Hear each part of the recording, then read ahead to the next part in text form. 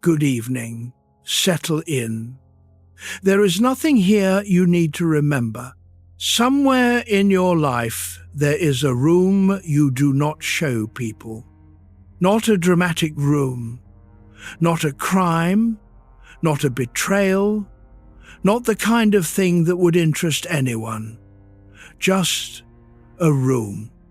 A set of thoughts you have had for years and have never once said in a sentence to another human being. Perhaps it is a doubt about the work you have given your life to. Perhaps it is an opinion about someone you love. Perhaps it is only a private interest, an obsession really, that you keep in a drawer because you know how it would sound. You are not ashamed of it. Exactly. You have simply never found the moment. And after enough years, the not finding becomes its own decision and the room stays shut. Most of the time this costs you nothing at all. You go to work, you speak to people, you are, by any reasonable measure, an honest person. And then it is 1 in the morning and you are lying in the dark and the room opens by itself. That is what tonight is about. Not confession, not the idea that you should tell someone. Tonight is about a man who kept the largest secret room in the history of science, who filled it with more writing than most authors produce in a lifetime, who showed it to nobody and who died with the door still closed. His name was Isaac Newton. You know the name. It is possibly the most famous name in the history of science. Gravity, the laws of motion, the apple, the man on the banknote. What you probably do not know is that the physics was the smaller part of his work. When his private papers were finally counted, more than 200 years after his death, the scientific manuscripts turned out to be a fraction of what he had written. The rest, roughly 1 million words on alchemy, and rather more than that on theology and biblical chronology, had never been published. Not delayed, not lost, withheld. Written in a small, careful hand, night after night, for 50 years, and shown to no one. He was not hiding a scandal, he was hiding a life. Tonight we are going to walk through that life slowly, from a farmhouse in Lincolnshire in the winter of 1642 to a bed in Kensington in the spring of 1727. We will look at what he did in public, which was extraordinary, and at what he did in private, which was stranger and in some ways sadder. And then, in the last hour, we will look at what psychology has actually learned about carrying something unspoken, which is not what most people assume. There will be no lesson at the end that asks anything of you. You will be asleep long before then, and that is the point. Let us begin where he began, which is with a child nobody expected to survive the night. Chapter 2. Christmas Day, 1642. Woolsthorpe Manor is a small grey stone farmhouse in Lincolnshire in the flat country south of Grantham. It is still standing. You can walk through it. On Christmas Day of 1642, by the Old English calendar, a baby was born there, 2 or 3 months early. His father, also called Isaac Newton, had died the previous October. He had been a yeoman farmer who could not sign his own name, So the child arrived into a house that was already in mourning, and he arrived too soon. Newton told the story himself, decades later, to his niece's husband John Conduit, who wrote it down. He said he had been so small at birth that he could have been put into a quart mug. He said the two women sent to fetch supplies sat down on a stile on the way because they were certain he would be dead before they got back. He was not. He lived 84 years. It is worth pausing on how ordinary this beginning was in one sense and how strange in another. Ordinary because premature infants died constantly in the 17th century and nobody thought it remarkable. Strange because this particular one went on to rewrite the description of the physical universe, and because he remembered the detail about the quart mug well enough to repeat it as an old man in London. People keep the stories that explain them to themselves. The estate he was born into was modest, but not poor. His father had left land and livestock. His mother, Hannah Ayscough, came from a family slightly above her husband's, with a brother who had been to Cambridge. That brother would matter later. For 3 years, the child and his mother lived in the farmhouse together. There is no record of those 3 years. There is never a record of the first 3 years of anybody. Then, when he was 3, something happened that shaped the rest of his life more thoroughly than gravity ever did. His mother remarried. Chapter 3. The Mother Who Left. The new husband was Barnabas Smith, rector of North Witham, a village about 1.5 miles away. He was 63, Hannah was around 30. It was, by the standards of the time, a sensible arrangement. He was comfortable, she had a farm to run alone, and a small child. There was one condition. He did not want the boy.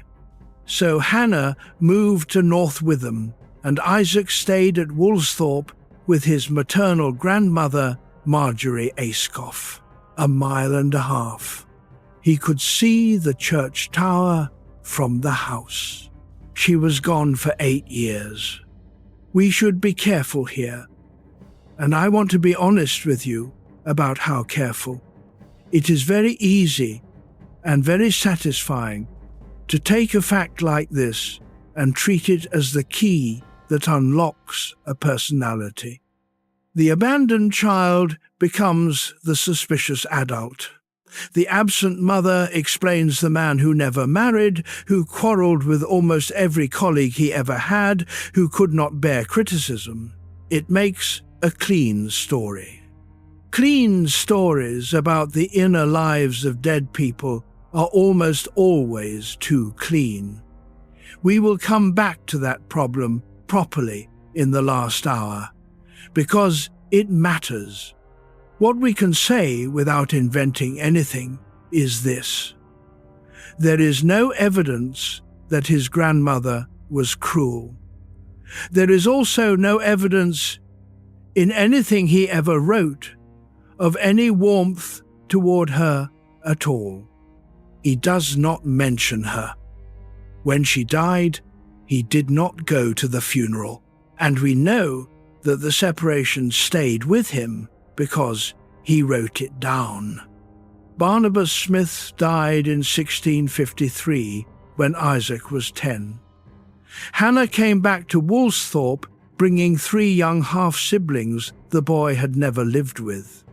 The house that had been his and his grandmother's now had a mother in it, and 3 smaller children who had had her the whole time. He was sent away to school in Grantham not long after. Consider the shape of that decade from the inside. Everyone who leaves, leaves. Everyone who returns, returns with other people. The stable thing is the house, and the books, and whatever you can build with your hands.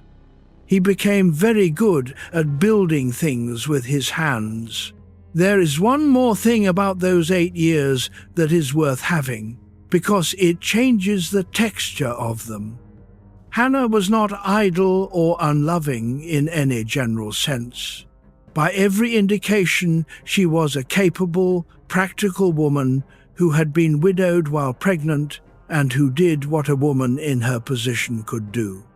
The marriage to Barnabas Smith was, in cold terms, an excellent piece of provision. She negotiated it well. She secured a parcel of land for Isaac as part of the settlement, so that the boy she was leaving behind would be better off than the boy she was leaving him as. She thought about him. She just did it from 1.5 miles away.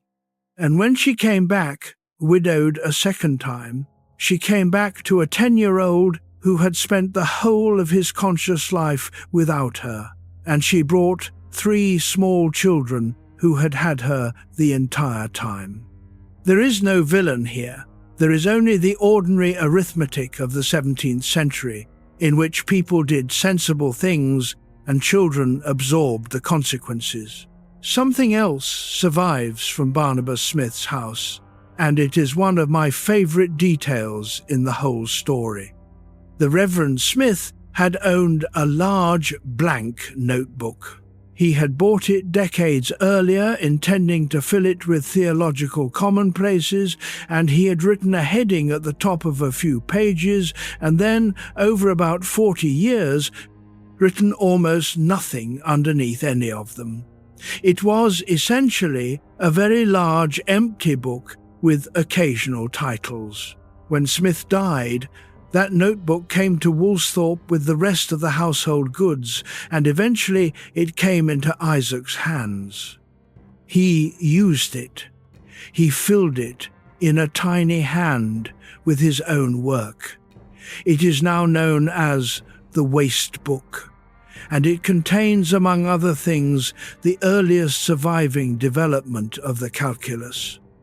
The greatest mathematics of the 17th century was written into the gaps of his stepfather's abandoned project, in the blank space under headings the old man had never got round to. He did not tear out the pages. He wrote around them. You may make of that what you like. I only note that he kept the book, and that he did not throw out what was already written on it, and that he wrote in the empty parts. Chapter 4. The List. In 1662, Newton was 19 years old and in his first year at Cambridge. Something happened that year, or something accumulated, and he sat down and made a list. It is in a notebook now held at the Fitzwilliam Museum. He wrote it in a shorthand system devised by Thomas Shelton, which is why it sat unread for 300 years until the historian Richard Westfall deciphered it in the 1960s. It is a list of sins, 49 of them from before Whitsunday of that year and 9 after. He was doing an inventory of his own conscience, item by item, in code.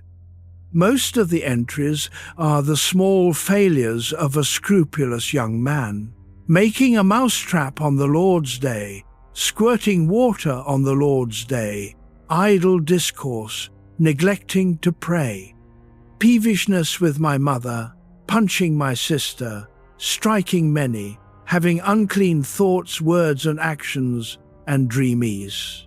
And then, in the middle of that list, in the same flat shorthand, this: threatening my father and mother Smith to burn them and the house over them. He was a boy of 10 or 11 when that happened. His mother and the stepfather who had not wanted him. He had told them he would set fire to the house with them inside it. And 9 years later, he was still carrying it, still counting it, still writing it down in a private code in a notebook nobody was meant to read. I want you to notice the shape of that. because it is the shape of the whole life. He did not tell anyone. He wrote it down. Not to be read, but written down all the same. In cipher, in a book, in a room, by himself. That is the pattern. It is already fully formed at 19. Everything else, the alchemy, the theology, the million words, is the same act repeated for 60 more years at enormous scale. He also lists further down another entry that stops people, wishing death and hoping it to some. He does not say to whom. Chapter 5. The Apothecary's House. Between the ages of 12 and 17, he boarded in Grantham at the house of an apothecary named William Clark and attended the King's School. The apothecary's house was full of chemicals, jars, mortars, recipes, and a small library. This was where he first saw the things that would occupy his nights for the rest of his life. Not physics, chemistry, and the older art that chemistry grew out of. The stories from Grantham all have the same texture. He built a water clock that ran on dripping water and kept the household's time. He built a model windmill, and when he could not get it to work properly, he put a mouse inside on a treadmill, which the other boys called the miller. He made sundials, dozens of them, cut into the walls of the house, and he grew so precise about them that people in the town came to ask him the hour. He flew kites at night with paper lanterns tied to them and frightened the neighborhood who thought they were comets. He was, in other words, a boy who made instruments and watched what light did. He was not popular. The record of a Grantham contemporary, gathered much later by Conduit and by Stukely, is that he preferred the company of the girls in the house to the boys and made dolls' furniture for Clark's stepdaughter, Catherine Storer. She remembered him fondly as an old woman. There is a suggestion, no more than that, of an attachment on his side. It is the only such attachment in the historical record of his entire life. He never married. There is no reliable evidence of any romantic or sexual relationship with anyone, ever. Voltaire, who was in England when he died, remarked on it. At 16, his mother took him out of school and brought him home to run the farm. He was catastrophically bad at it. The sheep wandered into the neighbour's corn and he was fined. He was supposed to be at market in Grantham and instead left the servant to do the selling while he went to read. He was found once, hours later, still holding the horse's bridle, the horse long gone, standing in the road thinking. Two people intervened. His uncle, William Ayscough, who had been to Cambridge, and Henry Stokes, the master of the King's School, who apparently told Hannah that keeping this particular boy on a farm was a waste and offered to remit the fees. She relented. In June 1661, at 18, he went up to Trinity College, Cambridge. Chapter 6. The Servant Scholar. He entered Trinity as a subsizar. This is a detail that gets skipped, and it should not be. A subsizar was a student who paid reduced fees in exchange for domestic service to wealthier undergraduates and to the fellows. He waited at table. He fetched and carried. He emptied chamber pots. His mother had an income of several £100 a year at this point. She sent him 10. So the man who would become the most celebrated intellect in Europe spent his first years at Cambridge as a servant to boys with less ability and more money in a university that was, at that moment, intellectually asleep. The official curriculum was still Aristotle. He did the Aristotle. There is a notebook where he takes careful notes on the standard texts, and then, about halfway through, the notes stop and a new set of headings begins. He gave the new section a title in Latin, borrowing and altering a line that scholars had used for centuries. Amicus Plato, amicus Aristoteles, magis amica veritas. Plato is my friend, Aristotle is my friend, but truth is a greater friend. Under those words, he began listing questions. What is matter? What is light? What is motion and place and time? What is gravity? What are colors? What is the soul? 45 headings, most of them left blank at first, to be filled in when he had worked them out. He was 21 years old, and he had just quietly decided to answer everything. He read Descartes, he read Galileo, and Kepler, and Boyle, and Hobbes, and Gassendi. He taught himself the new mathematics essentially from scratch, working through Descartes' geometry by reading a few pages, getting stuck, going back to the beginning, and reading further each time until he had the whole thing. He worked in a way that people who knew him later found frightening. He forgot meals. He forgot to go to bed. Later, in his years as a fellow, his assistant recorded that his cat grew fat on the dinners he left untouched. He worked until the problem gave way, and if it did not give way, he continued. In the spring of 1665, he took his bachelor's degree, without distinction, unnoticed, and that summer the plague came to England. It is worth knowing what the notebook of questions actually looks like, because it shows you the mind before it had done anything. The headings are not modest.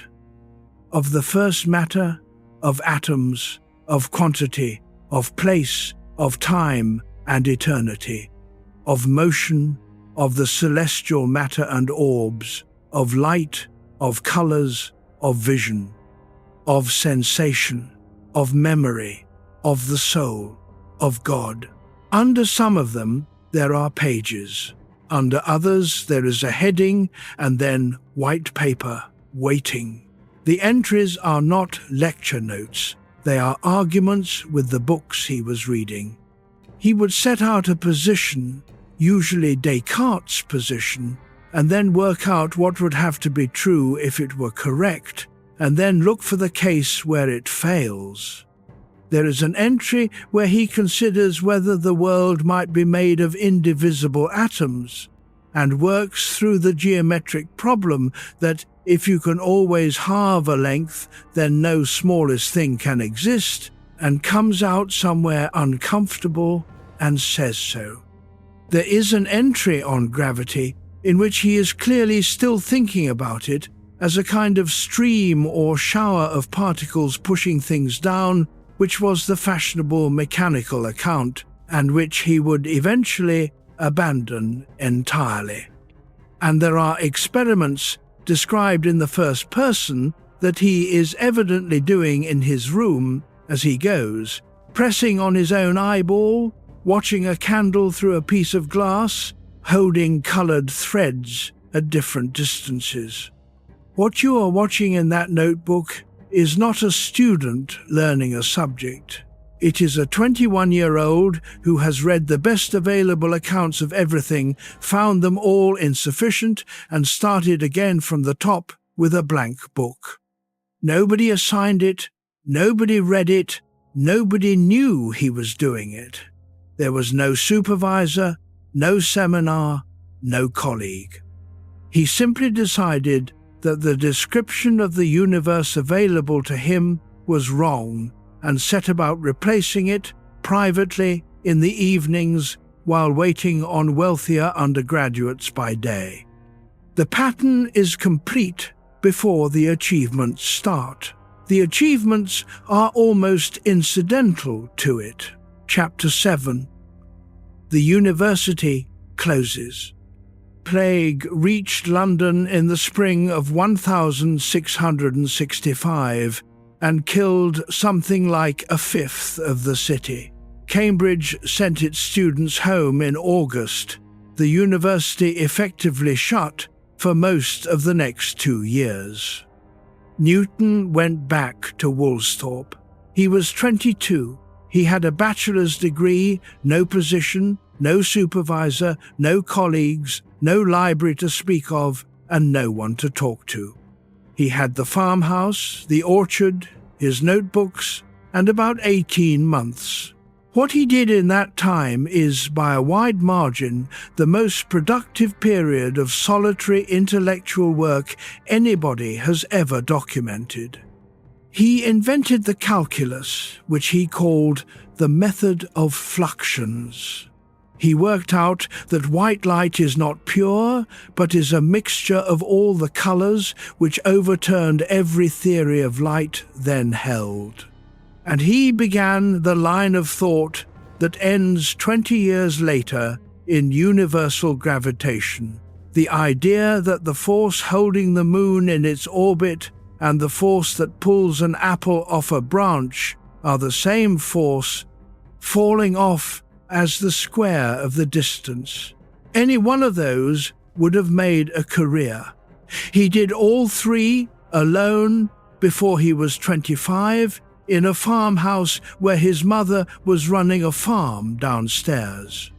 He described it himself much later in a memorandum written in his old age.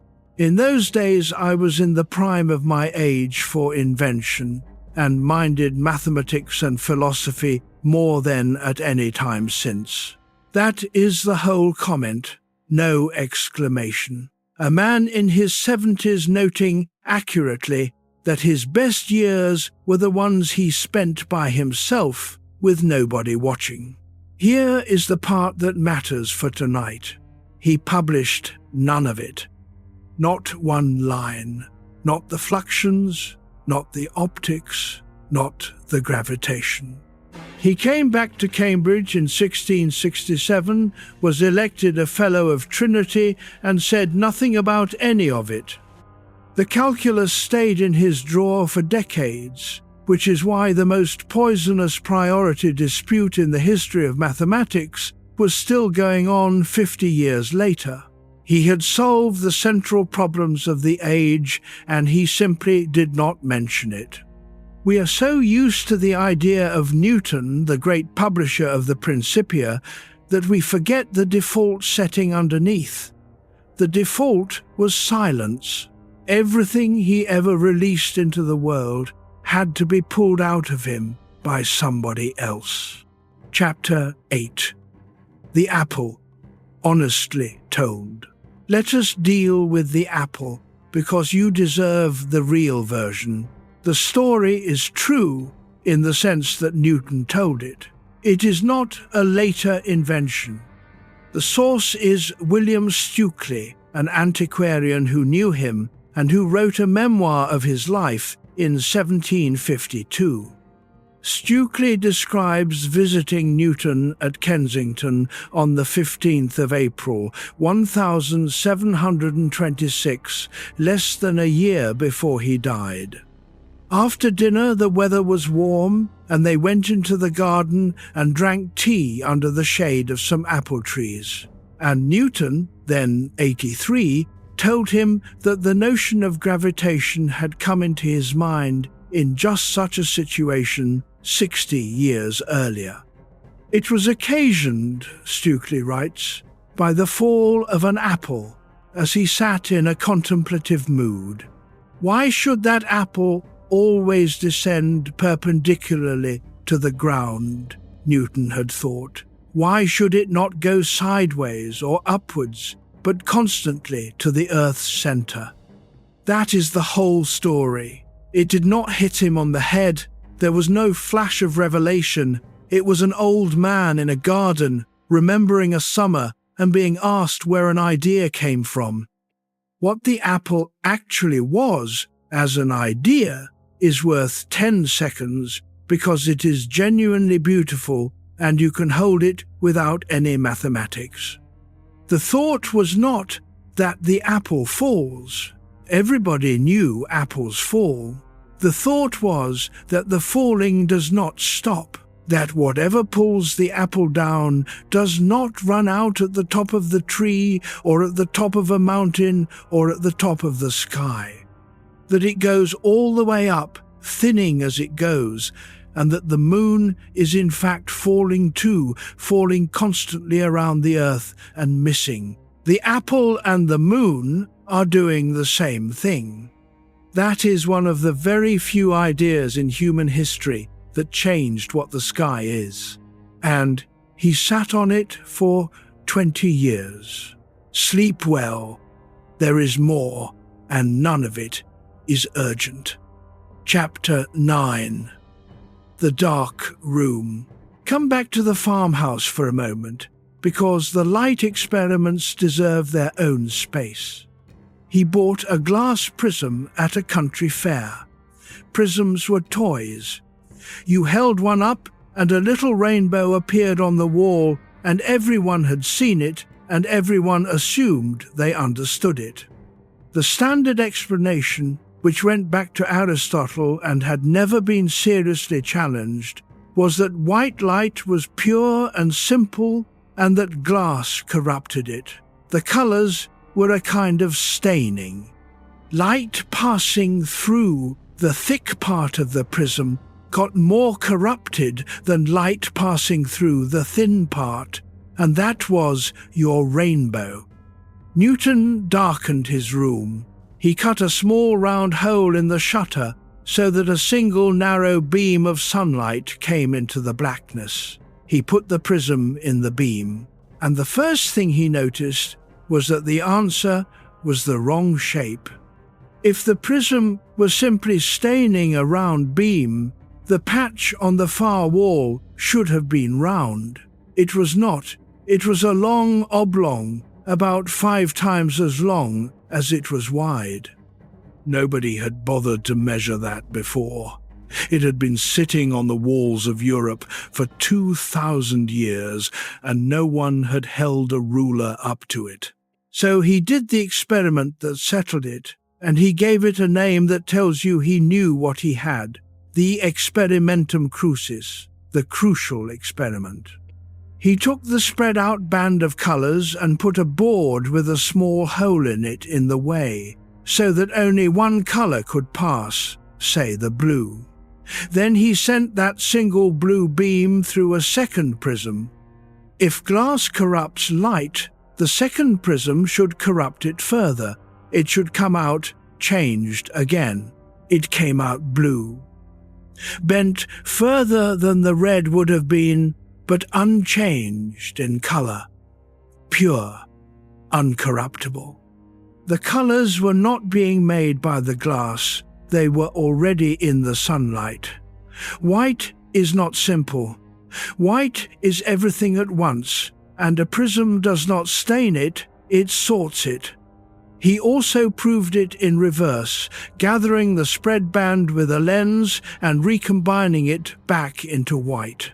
Sit with that for a second, in the dark, which is where you are. Every ordinary daylight you have ever stood in is a mixture of every colour there is, arriving together, cancelling each other into something you call colourless. You have never in your life seen white light. You have seen all of them at once and called it nothing. There is a thought that comes out of that darkened room, and I want to give it to you properly, because it is the kind of thing that is nicer to fall asleep on than it is to argue about. If white light is all the colours arriving together, then the colours of objects are not properties of the objects. A red coat is not red. A red coat is a thing that absorbs almost everything the sun sends it and rejects the red, and the red it throws away is the only part you ever see. You have never seen a thing. You have only ever seen what it refused. Newton said something close to this in a careful and technical way in the Optics. He wrote that the rays, to speak properly, are not coloured. There is nothing in them but a certain power to stir up a sensation of this or that colour. The colour is not out there in the light, and it is not sitting in the object. It is an event that happens when the two of them arrive at an eye. This unsettled people enormously, and it should.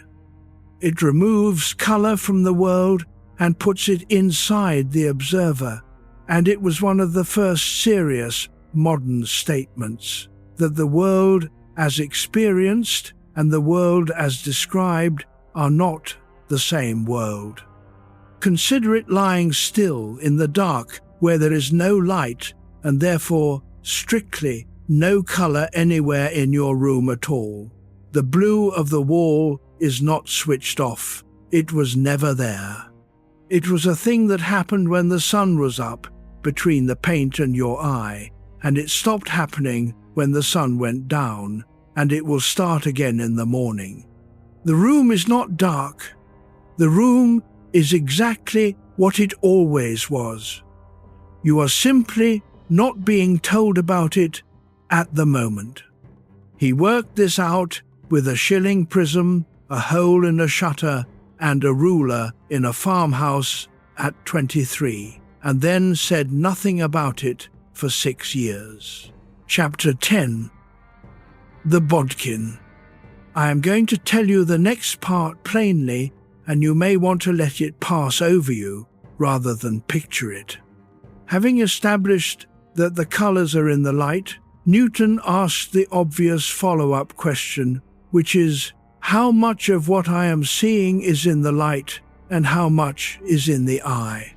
Is colour out there, or is it something the eye is doing? He decided to find out by deforming his own eye. He took a bodkin, which is a long, blunt needle used for threading ribbon, and he pushed it into his eye socket between the eyeball and the bone, as far towards the back of the eye as he could get it.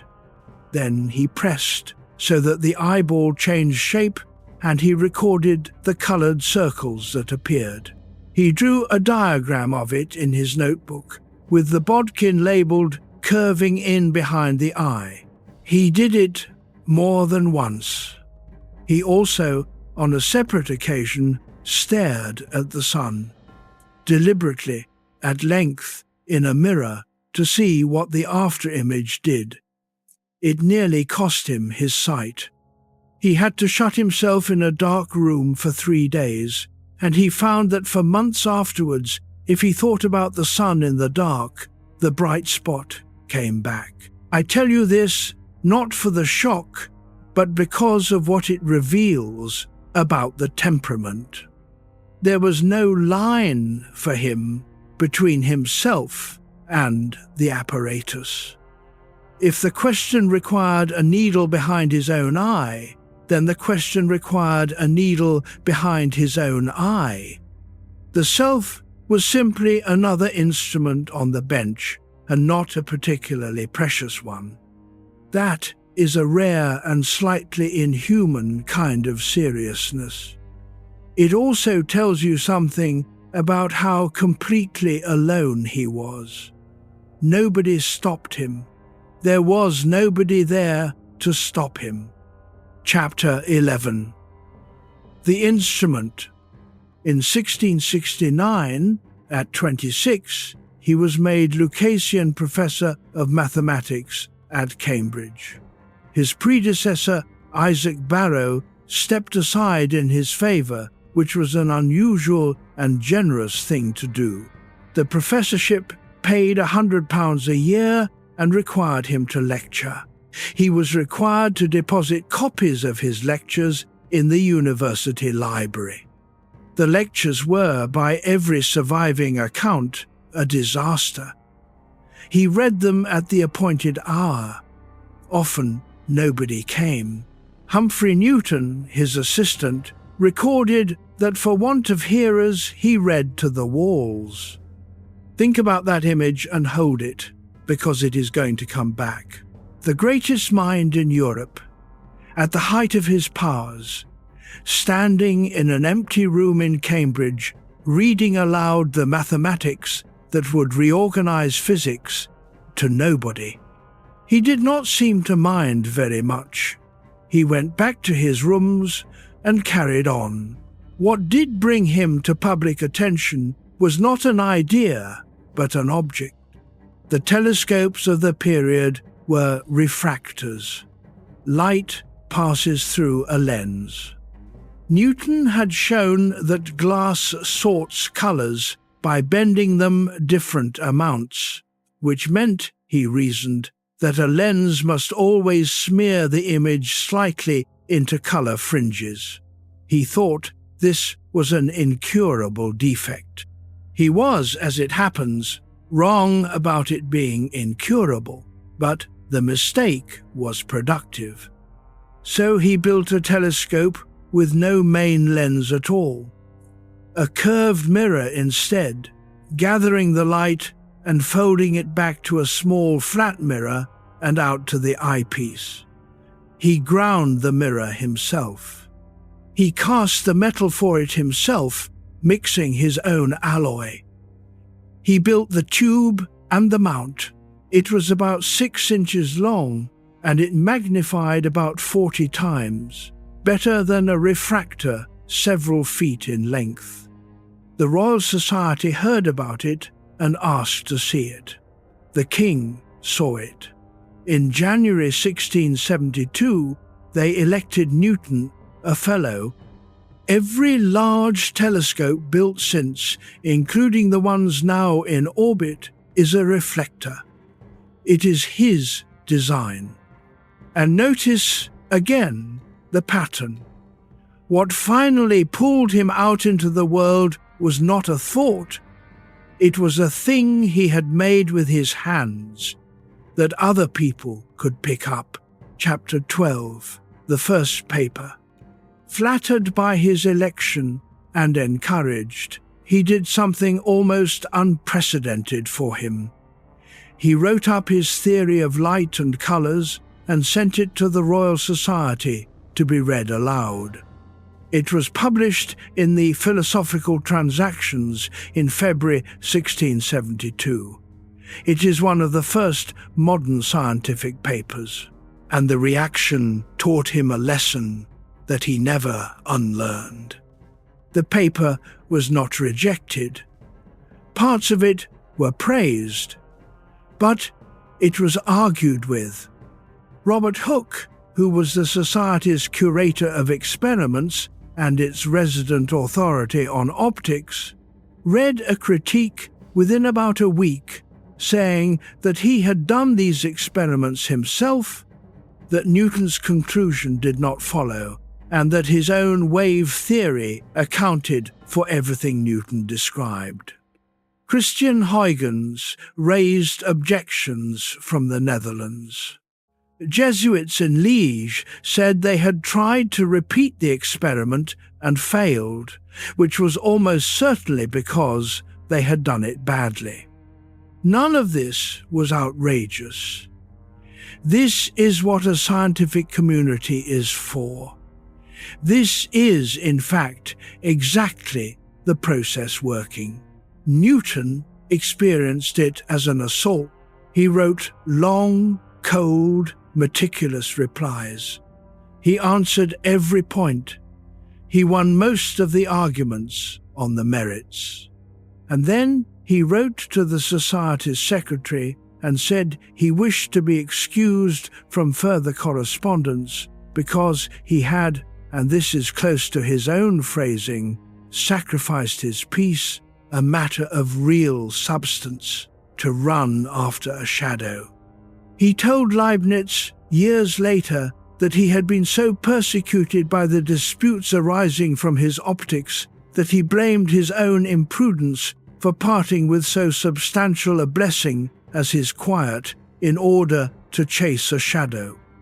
His quiet. He called it a blessing of real substance, and he had traded it for publication, and he regretted the trade. For the next 15 years he published essentially nothing. The Optics, the full book on light, did not appear until 1704. He waited, it is generally understood, until Hooke was dead. There is a phrase in that episode I want to isolate because it is the closest he ever came to explaining himself, and almost nobody notices it. He said he had sacrificed his peace, a matter of real and substantial blessing, in order to run after a shadow. The shadow is fame, recognition, being read. The thing every ambitious person in that century was chasing, and the thing that we now assume automatically that everyone wants. And the peace is what he had at Woolsthorpe, and in his rooms at Trinity, and in the walled garden with the fire going, uninterrupted, unobserved, unargued, with time to work on what he found interesting. Most people offered that trade, take the fame.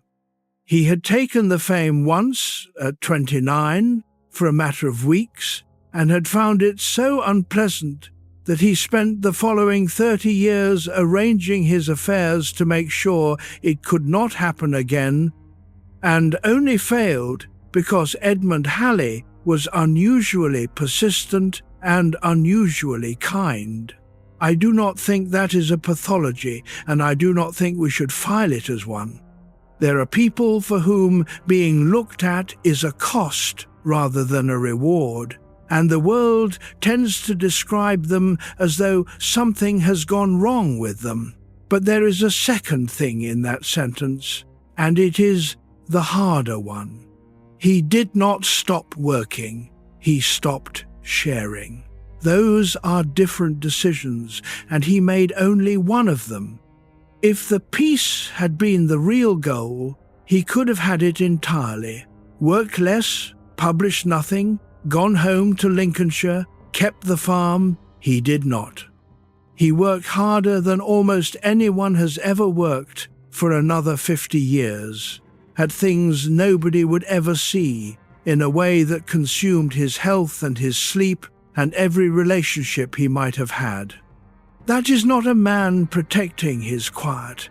That is a man doing enormous labor with the audience removed. Chapter 13. Hooke.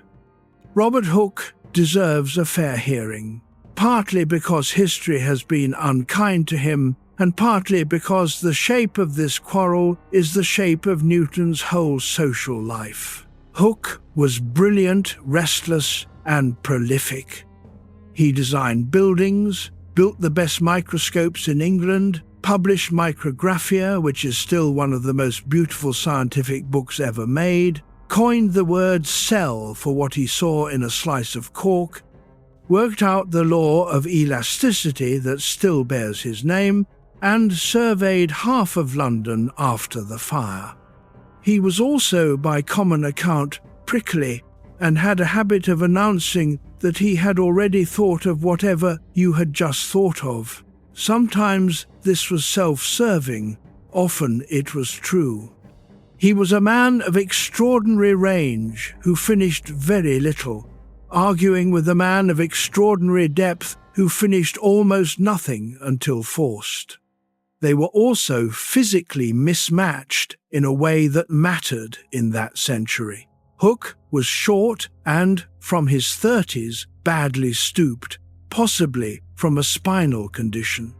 In 1679, Hooke, then secretary of the Society, wrote to Newton in a friendly attempt to restart correspondence and asked him a specific question about the path of a falling body and about planetary motion under an attraction that weakens with the square of the distance. Newton replied. He made a mistake in his reply about the path of a falling body, and Hooke pointed it out publicly at a meeting. Newton never forgave him for it, but the correspondence had done something. It had put the inverse square problem back in front of him at a moment when he had the mathematical tools to finish it. Some historians think this exchange is the true trigger for everything that followed. Hooke certainly thought so and said so, which was the beginning of the end. Chapter 14. The Shoulders of Giants. In February 1676, in the middle of the optics dispute, Newton wrote Hooke a letter that contained a sentence now printed on the edge of the British £2 coin. If I have seen further, it is by standing on the shoulders of giants. It is quoted at graduations. It is quoted in speeches about the humility of science. It is the single most famous expression of intellectual modesty in the English language. Here is what you should know about it. First, it was not original. It was a commonplace by the 17th century, going back at least to Bernard of Chartres in the 12th, who said that we are like dwarfs on the shoulders of giants. Newton's readers would have recognized it as a stock phrase, the way you would recognize a proverb.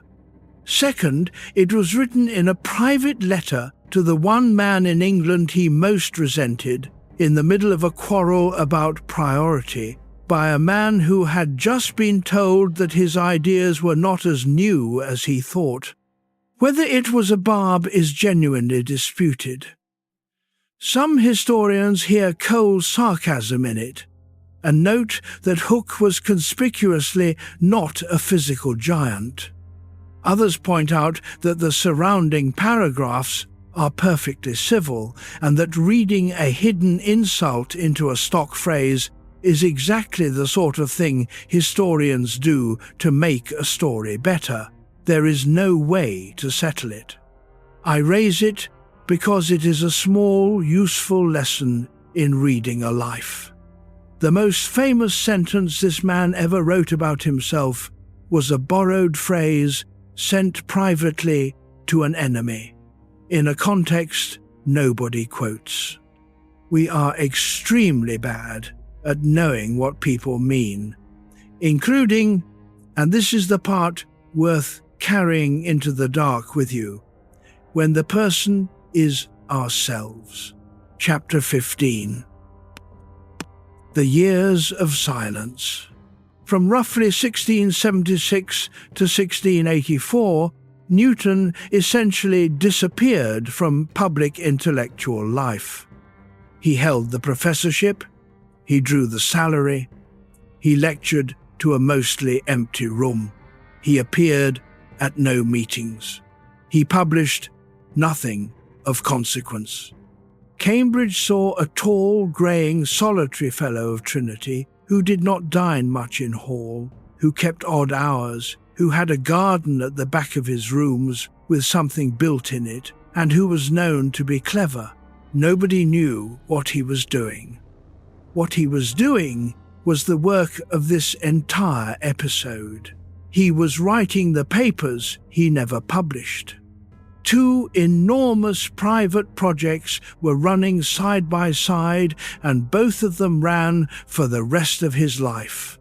The first was alchemy. The second was theology, an attempt to reconstruct the true, uncorrupted history of the Church and the true chronology of the ancient kingdoms. And behind that, an attempt to work out what God actually is. Both were secret. The second was secret because it had to be. It was a hanging matter, or close enough. We are going to spend the next hour there, in the garden at Trinity, with the fire going. The public Newton, the one on the banknote, is a man who produced 2 extraordinary books and then administered a currency. The private Newton wrote every single night for 50 years, in a small, even hand, hundreds of thousands of pages, and burned none of it, and published none of it, and told no one. Both of these men existed at the same time in the same rooms. Chapter 16. What he looked like from outside.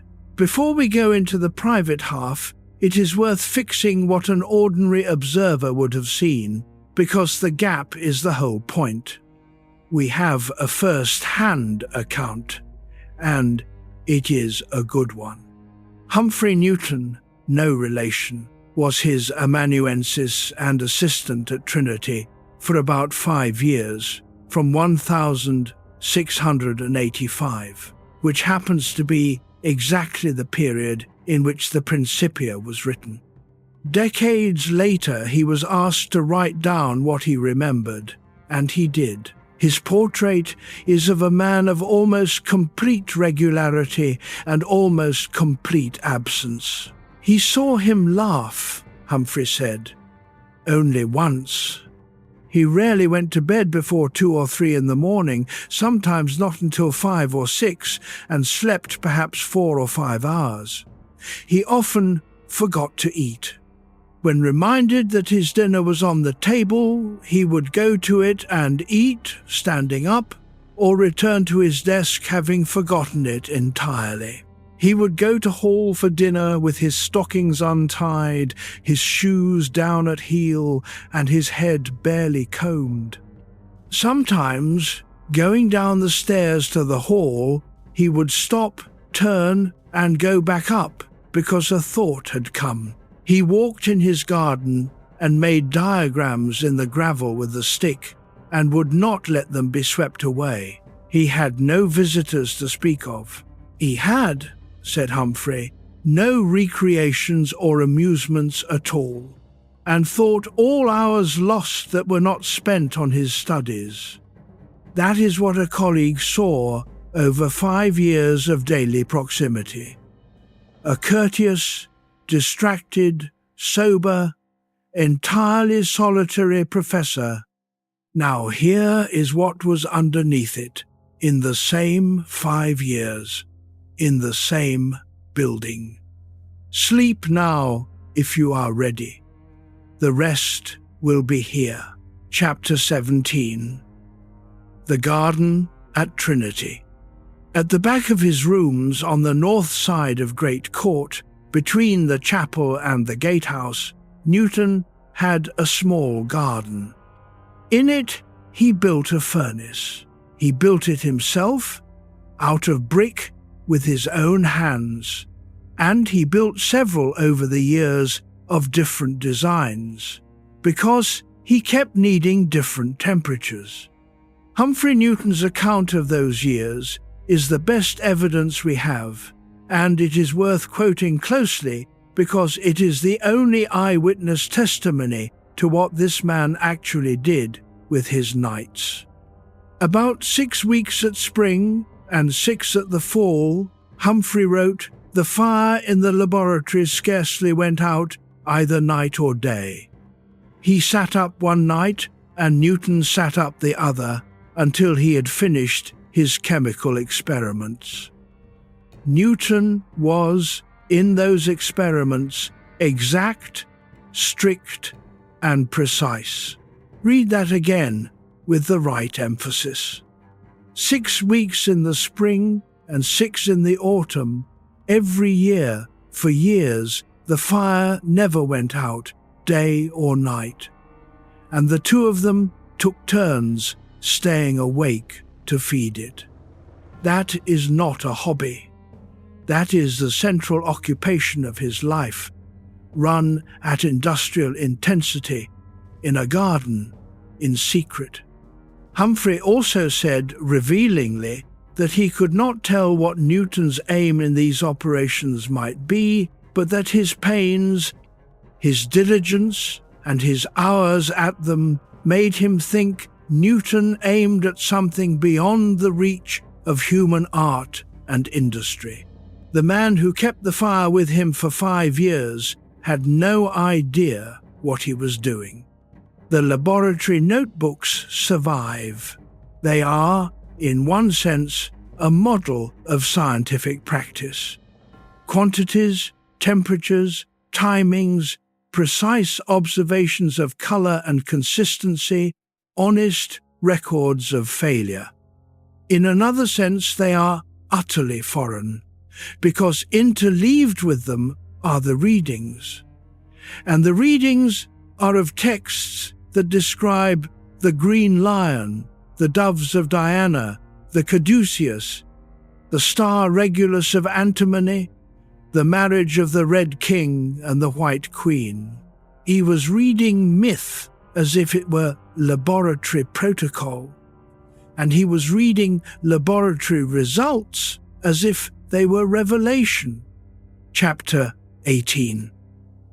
And what alchemy actually was. It is easy to hear the word alchemy and picture a charlatan in a pointed hat trying to turn lead into gold, and to file this whole part of Newton's life under the heading of a great man's embarrassing hobby. That is not what it was, and getting it wrong makes the story meaningless. In the 17th century, there was no clean boundary between chemistry and alchemy. There was no word chemistry in the modern sense. Robert Boyle, one of the founders of experimental chemistry, was deep in the same literature and the same practice. The transmutation of metals was not obviously absurd. If you did not know that the elements are distinct kinds of atom, and nobody did, then the idea that all matter is one substance in different arrangements is not a superstition. It is a reasonable hypothesis. It also happens, at the level of protons and neutrons, to be true. What Newton was really chasing was deeper than gold. He believed that matter was not inert. The mechanical philosophy of his time, which was Descartes' philosophy, said that the world was particles knocking into each other and nothing else. Newton did not believe it. He thought there had to be active principles in nature, powers of attraction and repulsion that were not contact and not collision, that could reach across a gap and act. Now hold that next to the thing he is famous for. Universal gravitation is a force that acts across empty space, instantly, at any distance, with no intervening mechanism on everything. His contemporaries thought this was occult nonsense.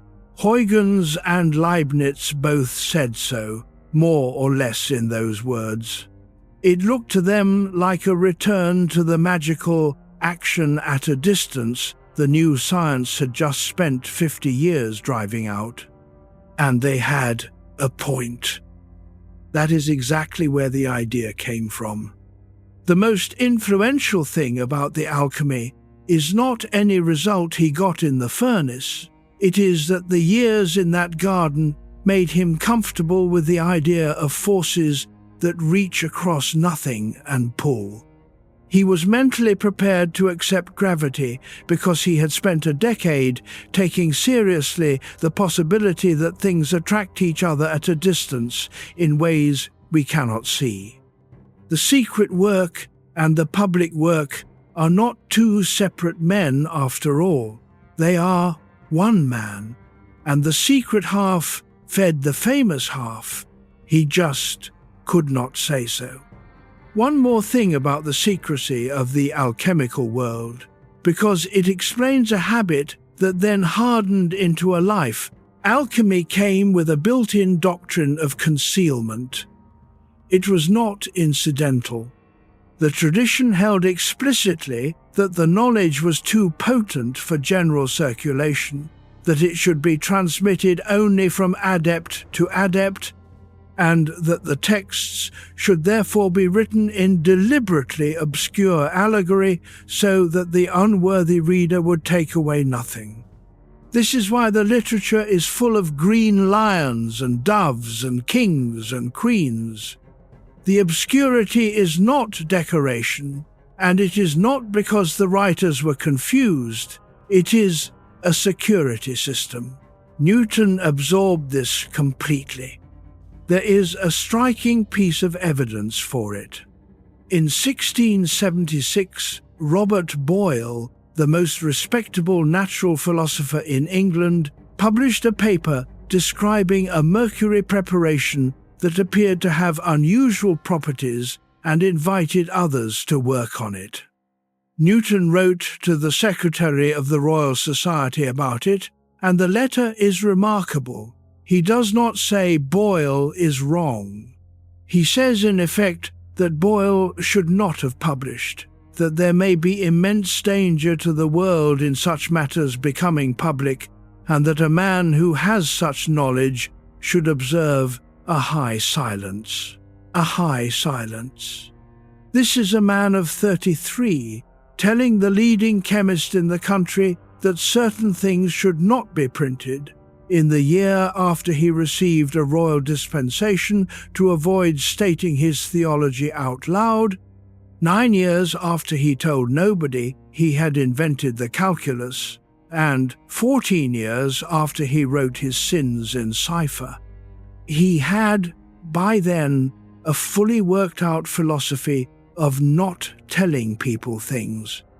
It had a justification, it was principled. He could defend it in a letter. That is how a temperament becomes a doctrine, and a doctrine becomes a life. First, it is what you do. Then, it is what you believe is right to do. And after that, it is no longer available for examination, because examining it would mean saying it out loud to somebody. Chapter 19.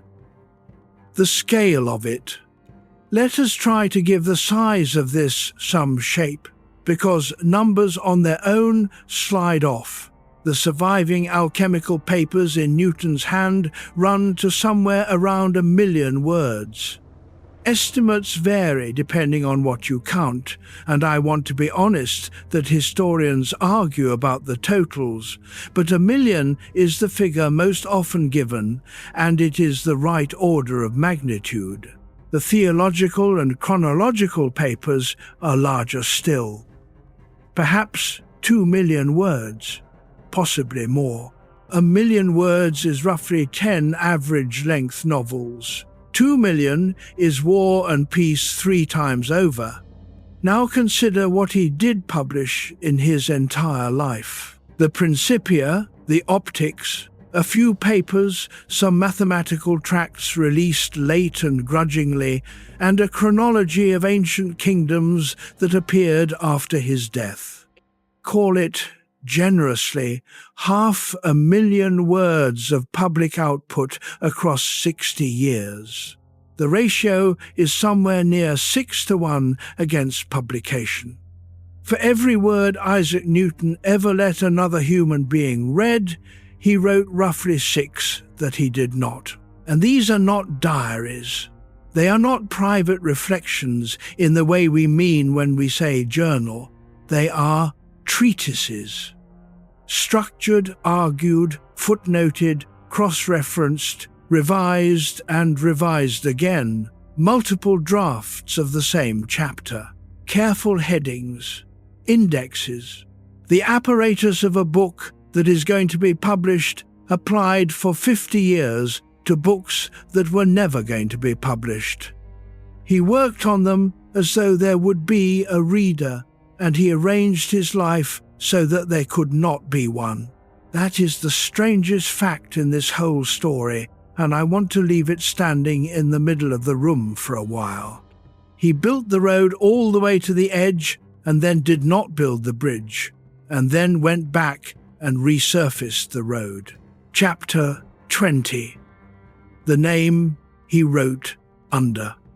Alchemical writers traditionally worked under assumed names, partly for secrecy and partly because the tradition held that the knowledge was dangerous and should be veiled from the unworthy. Among Newton's papers on some alchemical material, there appears the Latin name Jehovah Sanctus Unus, one holy God.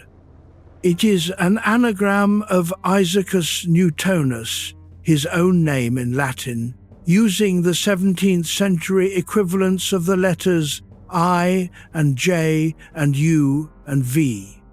This has been widely reported and is generally accepted, though, as with much in this archive, the interpretation is a matter of scholarly reading rather than a signed confession. Sit with the choice of phrase, though, because it is not a random anagram. He could have made many arrangements of those letters. The one he arrived at, or the one he kept, was a theological statement. One holy God. Not three, one. And that brings us to the second secret, the dangerous one. Chapter 21. The Heretic. Somewhere in the years around 1670, Newton applied the same method to scripture that he applied to everything else. He learned the languages. He compared the manuscripts. He traced the textual history of specific verses. He looked for the earliest sources and asked what had been added later and by whom. And he concluded that the central doctrine of the church he belonged to was a forgery. He came to believe that the doctrine of the Trinity, the co-equal three-in-one God, was not in the original scriptures at all, that it was introduced in the 4th century, in the great doctrinal fights around the Council of Nicaea, and that specific verses had been altered to support it. He wrote a detailed textual analysis of two of them, 1 John 5 verse 7 and 1 Timothy 3 verse 16, arguing in each case that the Trinitarian reading was a later corruption. Modern textual scholarship, incidentally, agrees with him about 1 John. That passage, the Johannine comma, is not in the early Greek manuscripts and is omitted from essentially every modern critical edition. He was right. He regarded Athanasius, the great 4th century champion of the doctrine, not as a saint, but as a falsifier who had corrupted Christianity at its root. He believed the church had spent 1,300 years worshipping in a way that God had forbidden, and that the worship of Christ as God was idolatry. Now, understand what that meant in England in 1670. Denial of the Trinity was not an eccentric opinion. It was the definition of heresy. It could cost you your position, your liberty, and in the wrong decade, your life. The Blasphemy Act of 1697 made denying the Trinity a criminal offence carrying imprisonment and civil disability. William Whiston, Newton's own successor in the Lucasian chair, was expelled from Cambridge in 1710 for saying publicly a version of what Newton believed privately. Newton held these views for more than 50 years.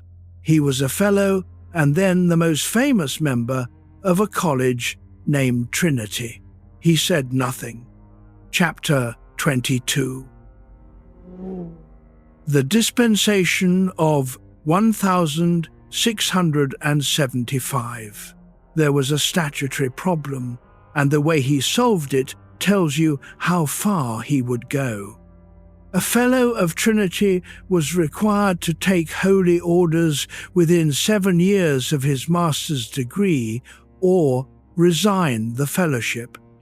Ordination required subscribing to the 39 Articles of the Church of England, the first of which is an explicit statement of the Trinity. By 1675, Newton's 7 years were nearly up. He could not be ordained, not because he lacked belief in God, he was intensely, almost violently religious, but because to be ordained he would have to swear in public to a doctrine he privately regarded as the great corruption of Christianity. He appears to have been unwilling to perjure himself before God in that specific way. He prepared to resign. He was going to give up the professorship and the fellowship and go back to Lincolnshire. And then, at the last moment, a royal dispensation arrived from Charles II, exempting the holder of the Lucasian chair in perpetuity from the requirement to take holy orders. It is generally understood that Isaac Barrow, his predecessor, then royal chaplain, was instrumental in obtaining it. So the problem went away. He kept the chair, he kept the fellowship, he kept the secret. There is a particular kind of relief in a solution like that, and there is a particular kind of cost. The cost is that the secret is now load-bearing. Before the dispensation, he was a man with a private opinion. After it, he was a man whose entire professional existence rested on a document that had been obtained to spare him from saying out loud what he thought. He would carry that arrangement for another 52 years. Chapter 23. Why he never said it. There are 3 explanations usually offered for the silence, and they are not exclusive. The first is simple prudence. He would have been ruined. This is obviously true and probably sufficient by itself.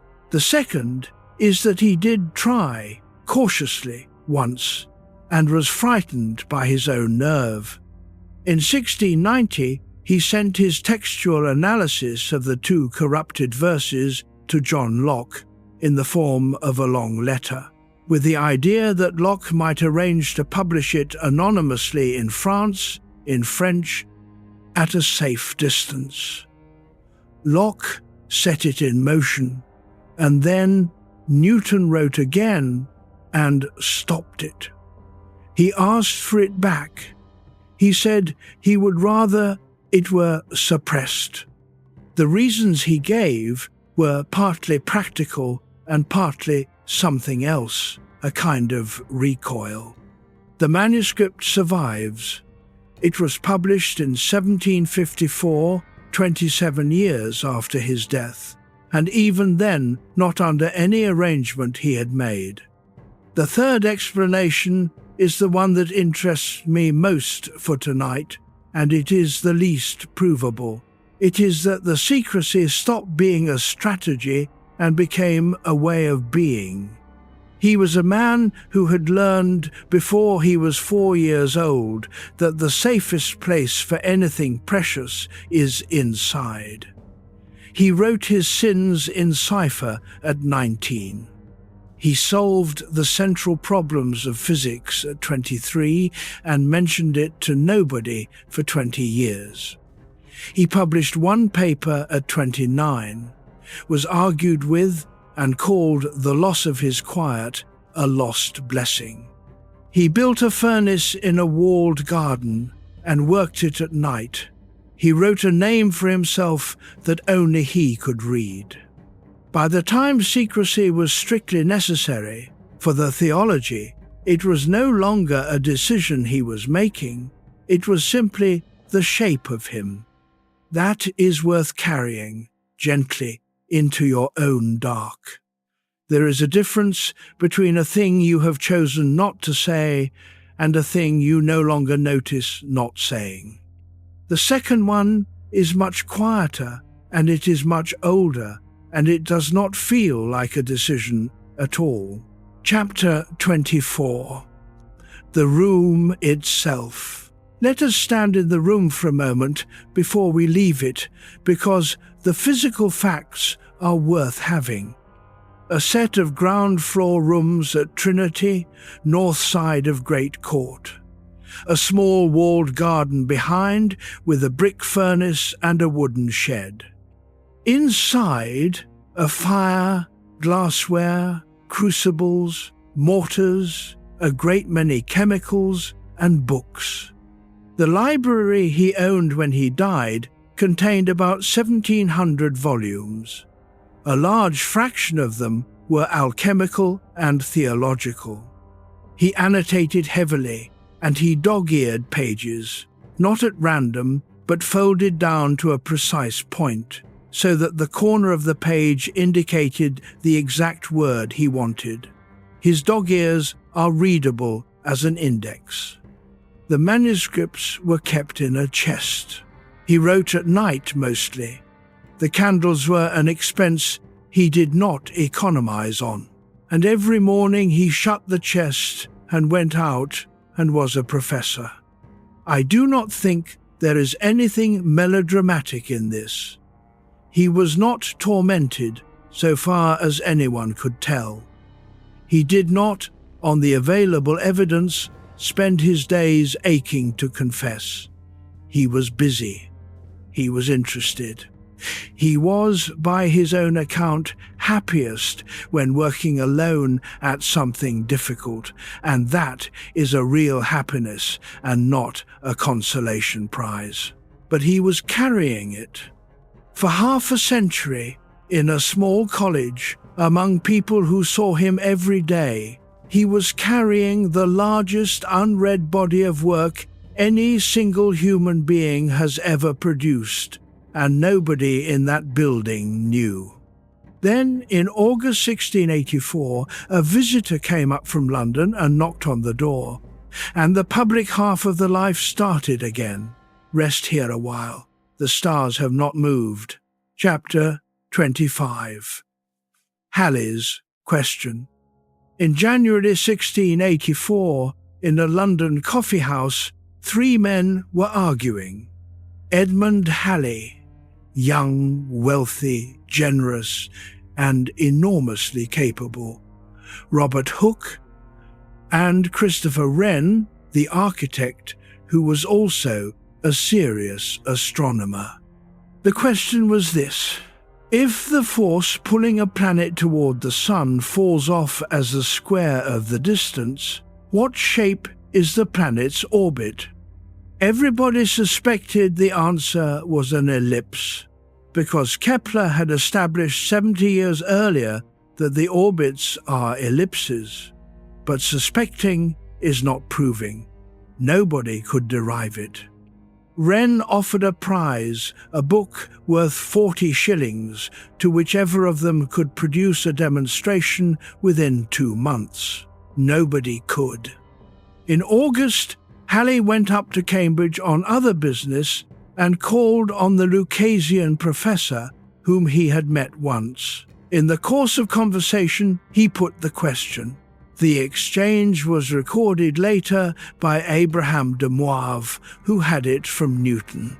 Halley asked what the curve would be on an inverse square attraction.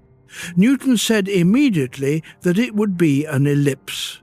Halley, struck with joy and amazement, asked how he knew it. Newton said, "I have calculated it." Halley asked for the calculation at once. Newton looked among his papers and could not find it. He promised to redo it and send it on. Stop there and look at what has just happened. He had solved, some years earlier, the outstanding problem of European astronomy, the thing 3 of the best minds in England had just failed to do and offered a prize for. He had written the proof down. He had put it somewhere. He had not published it, had not announced it, had not mentioned it to anybody, and now could not immediately lay his hands on it. That is not modesty. Modesty is a social gesture. This is something else. This is a man for whom the act of finishing a problem and the act of telling anyone were entirely unconnected operations, and only the first one was of interest. In November, a 9-page treatise arrived in London, De Motu Corporum in Gyrum, on the motion of bodies in an orbit. Halley read it, understood what he was holding, and went straight back to Cambridge. There is a detail in that coffeehouse story that people rush past, and it is the most revealing thing in it. Newton could not find the paper. Not he had never written it down. Not he had done it in his head. He had written the proof out and put it somewhere in his rooms, and by 1684 he could not lay his hands on it. Think about what that implies about the volume of material in those rooms and about the status the material had in his own mind. This was, at that moment, the single most sought-after result in European natural philosophy. 3 of the best mathematicians in England had just failed at it and posted a prize. And in Newton's rooms, it was one sheet among thousands, filed under nothing in particular, of no more standing than a page of notes on the sublimation of antimony or a draft chapter on the corruption of the 4th century church. To him, it was simply another problem he had finished. That is what a life with no audience does to your sense of proportion. Without other people, there is no external signal telling you which of your results is the important one. Everything you have done is just the pile of things you have done. The proof that would make you immortal sits in the same drawer as the note about the furnace temperature, because nobody has ever come in and said, that one is the one. He needed Halley to walk into the room and tell him which page mattered. And this, incidentally, is a decent argument for the second half of the operation we talked about earlier. Getting a thing out of the loop and onto paper is the part you can do alone, and it is most of the benefit. But it will not tell you which page matters. Only another person does that. He got one, once, in 1684. And out of that single visit came the Principia, chapter 26. 18 months. Halley did the single most valuable thing anyone did for science in that century. He did not do any physics. He managed a person. He persuaded Newton to expand the 9 pages.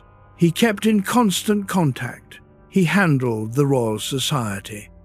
When the Society, having spent its budget on a lavishly illustrated book about fish that did not sell, could not afford to print the result, Halley paid for the printing himself out of his own pocket, though he was not a rich man and had a family. And Newton wrote, for roughly 18 months, from late 1684 to the spring of 1686, he closed everything else down and wrote the Philosophiae Naturalis Principia Mathematica. This is the period Humphrey Newton is describing. The untied stockings, the meals going cold, the 2 or 3 in the morning, the diagrams in the gravel. What came out is arguably the most important scientific book ever written, and it was produced in about the time it takes to complete a degree by a man working alone in his 40s who had been sitting on the foundations for 2 decades. It is written in a deliberately difficult style, in Latin, in the geometric manner of the ancients, rather than in the new calculus he himself had invented. He admitted later that he had made it hard on purpose so that he would not, as he put it, be baited by little smatterers in mathematics. That is the optic's quarrel, still working on him 14 years later. He wrote the greatest book in the history of physics in a form designed to keep people from arguing with him about it. Chapter 27. What the book did. I will keep this short and unmathematical because you are trying to sleep and because the achievement is easy to state and impossible to overstate. Before the Principia, the heavens and the earth were two different places with two different sets of rules. That had been the settled understanding since Aristotle. Down here, things fall, wear out, and stop. Up there, things move in perfect circles forever. Different substance, different law. After the Principia, there was one place, three laws of motion. One law of gravitation. Every particle of matter in the universe attracts every other particle with a force proportional to the product of their masses and inversely proportional to the square of the distance between them. Every one of those words is doing work. Every particle in the universe. Every other particle. There are no exceptions and no special regions. The same rule governs a dropped cup, the tide, the moon, the orbit of Saturn, and the path of a comet. From that, he derived Kepler's laws, which had been empirical rules with no explanation, and showed they were consequences. He explained the tides as the pull of the moon and the sun. He explained the slow wobble of the Earth's axis, the precession of the equinoxes, which had been a mystery for 1800 years. He showed the Earth must bulge slightly at the equator, and he was right. He gave a method for computing the paths of comets, which Halley then used on the comet that now has his name, correctly predicting its return. He did all of that from 3 laws and 1 equation. It was published in July 1687. He was 44. And here, briefly, the pattern breaks. He wanted this one out. He fought for it. When Hooke complained that he had suggested the inverse square in their 1679 correspondence and asked for a mention in the preface, Newton went through the manuscript and systematically removed Hooke's name from the places it appeared and threatened to suppress the 3rd book, the one that applies the system to the world entirely. Halley talked him down. Book 3 survived. That is why we have the tides and the comets. He wrote to Halley of Hooke a line that gives you the temperature, that philosophy is such an impertinently litigious lady that a man had as good be engaged in lawsuits as have to do with her. Let me give you the 3 laws in plain words, because you have heard the phrases all your life, and there is a good chance nobody ever just said them to you slowly.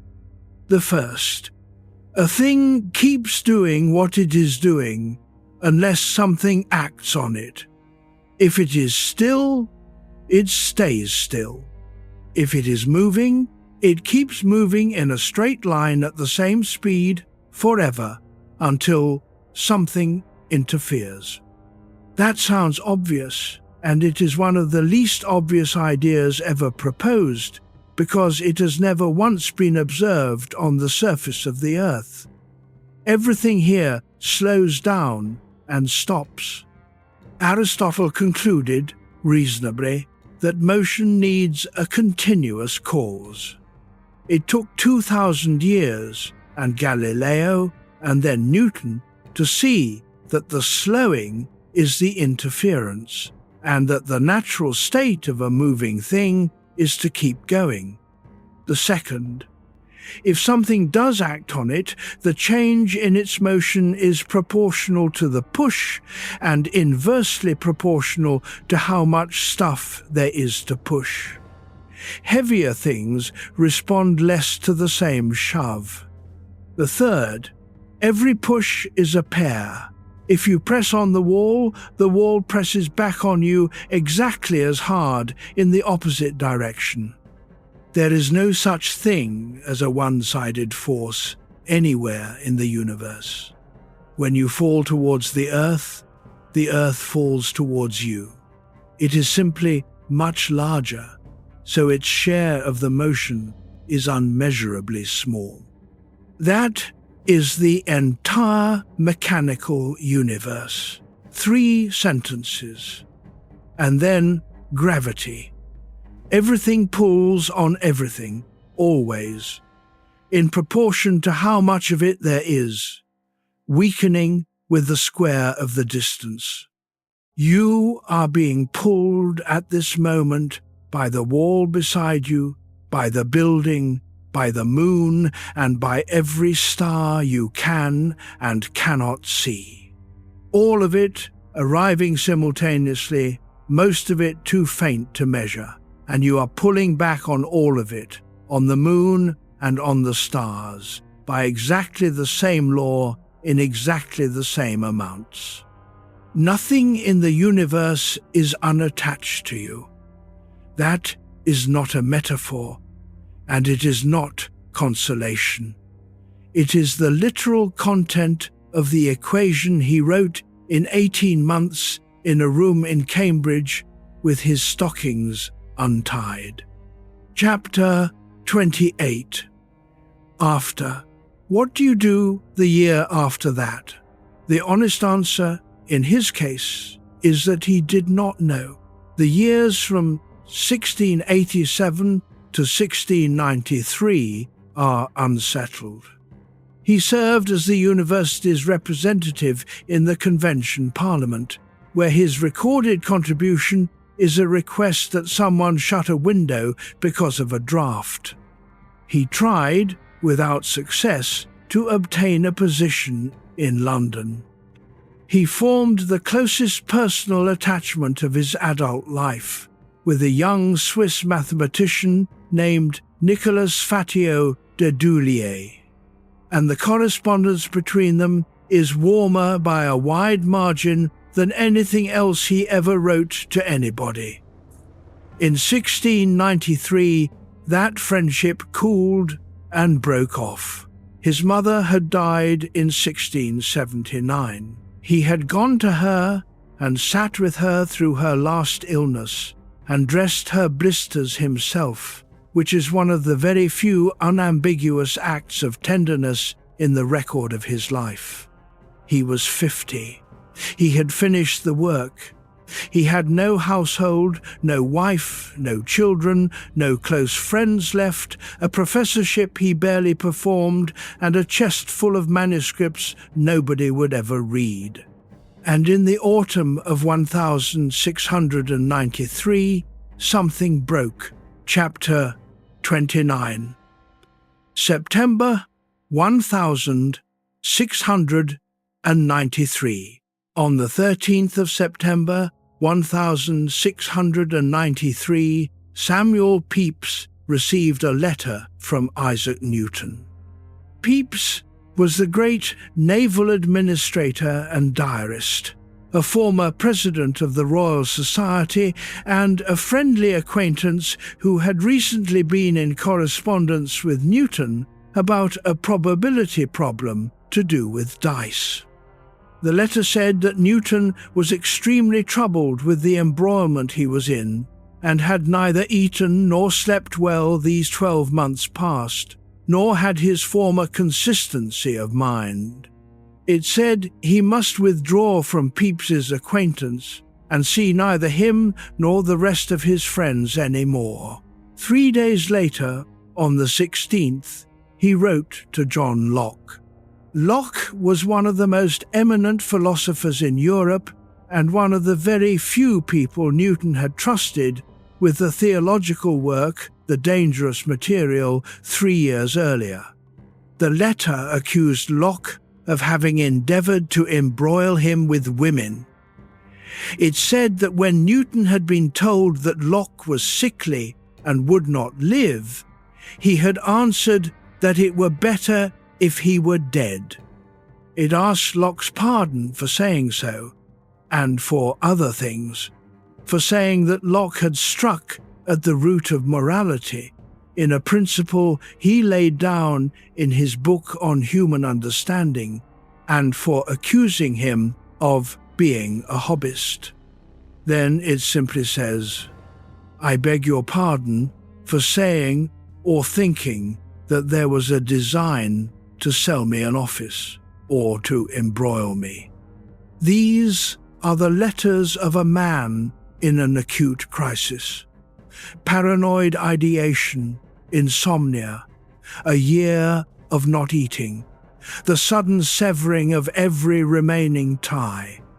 Locke, to his very great credit, replied with extraordinary gentleness.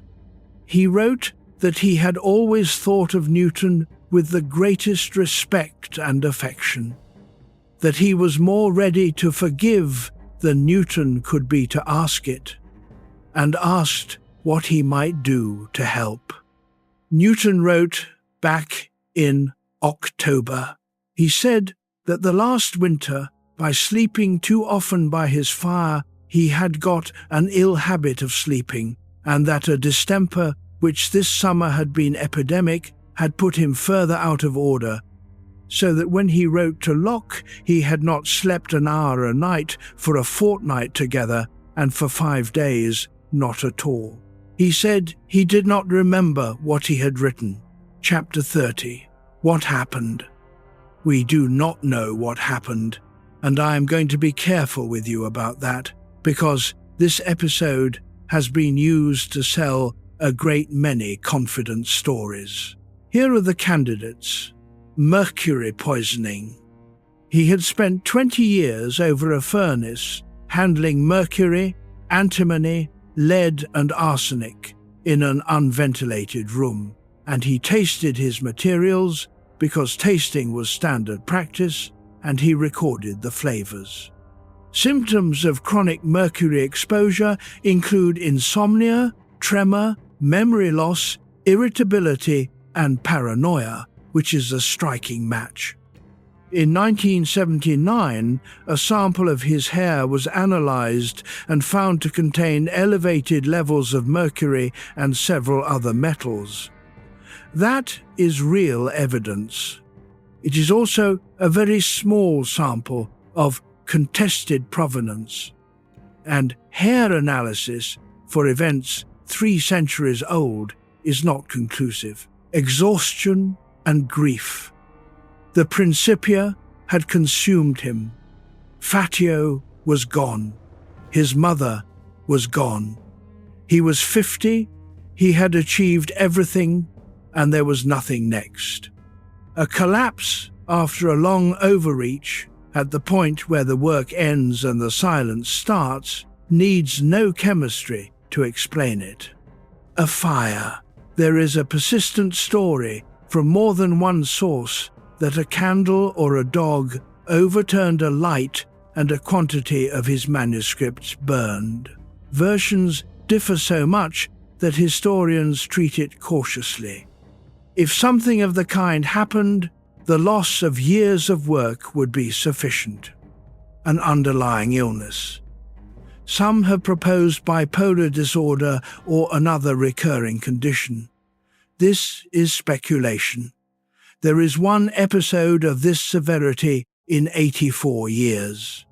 The honest position is that we cannot know, that the candidates are not exclusive, and that a man can be poisoned and exhausted and grieving at the same time. What we can say is what he did next, and it is remarkable. He recovered. Within about 18 months, he was fully functional. He wrote to both men, apologized, without excusing himself and repaired both relationships. Pepys and Locke both stayed on good terms with him for the rest of their lives.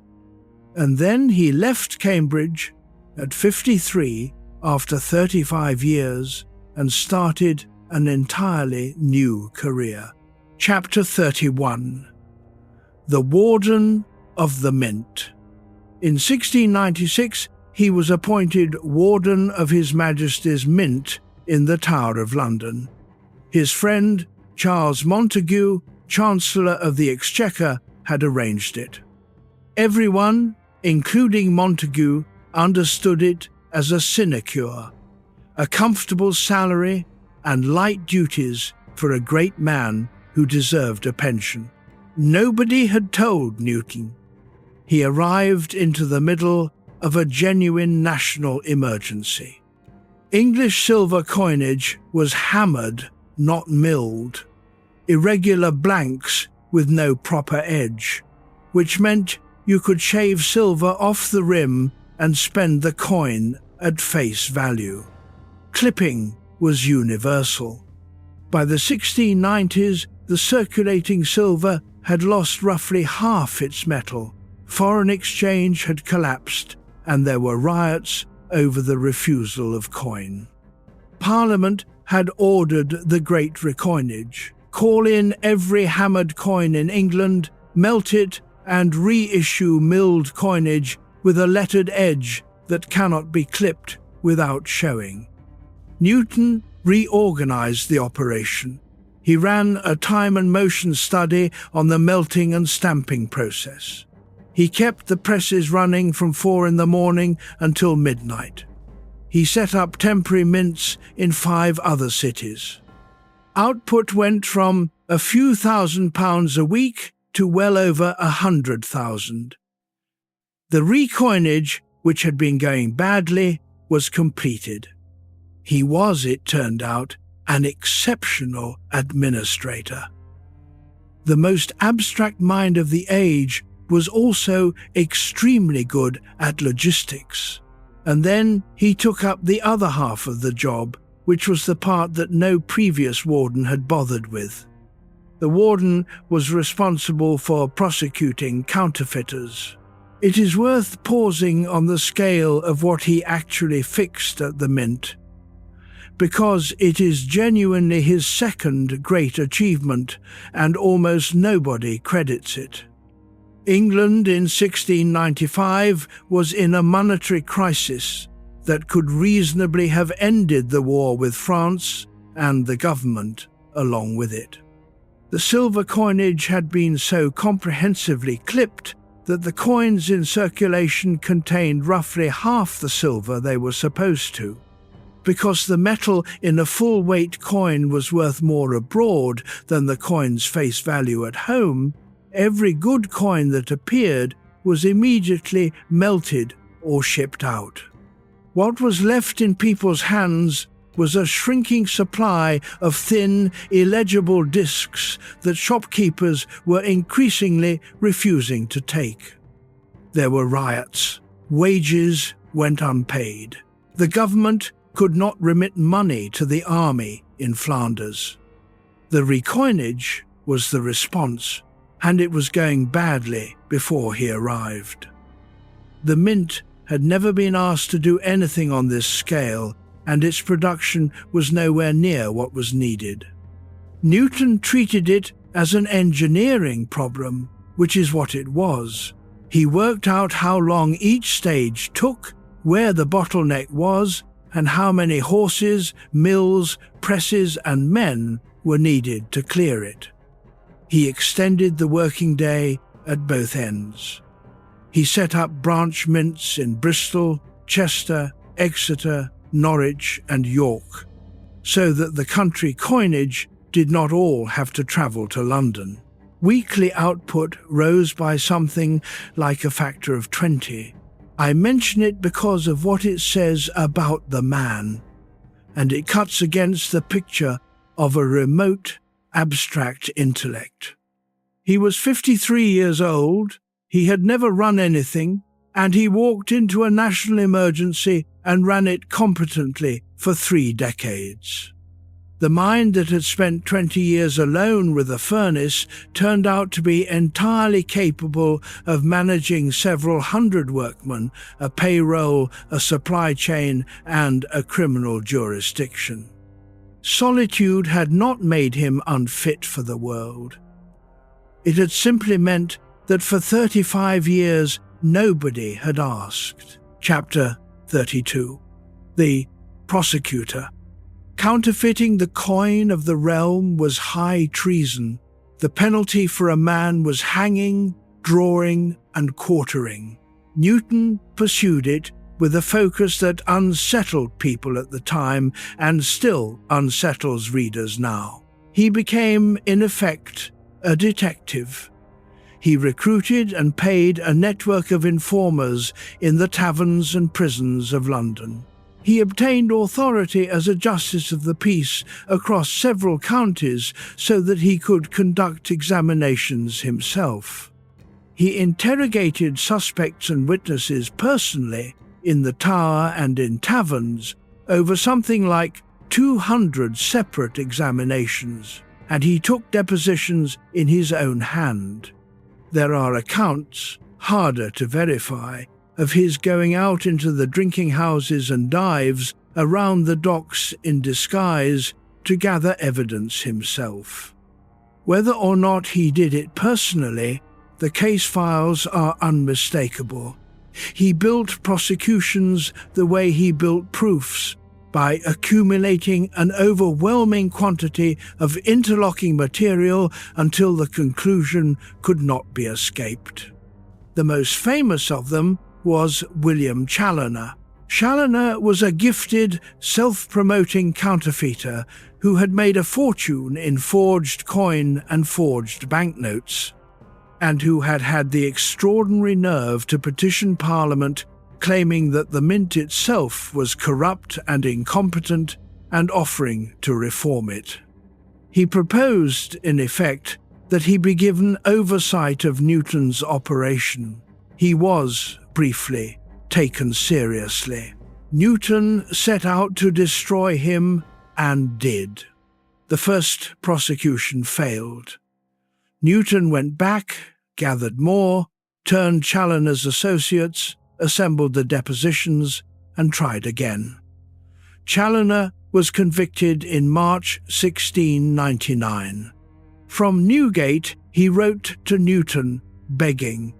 He wrote that he was going to be murdered, that Newton alone could save him, and signed himself in his terror as one perishing.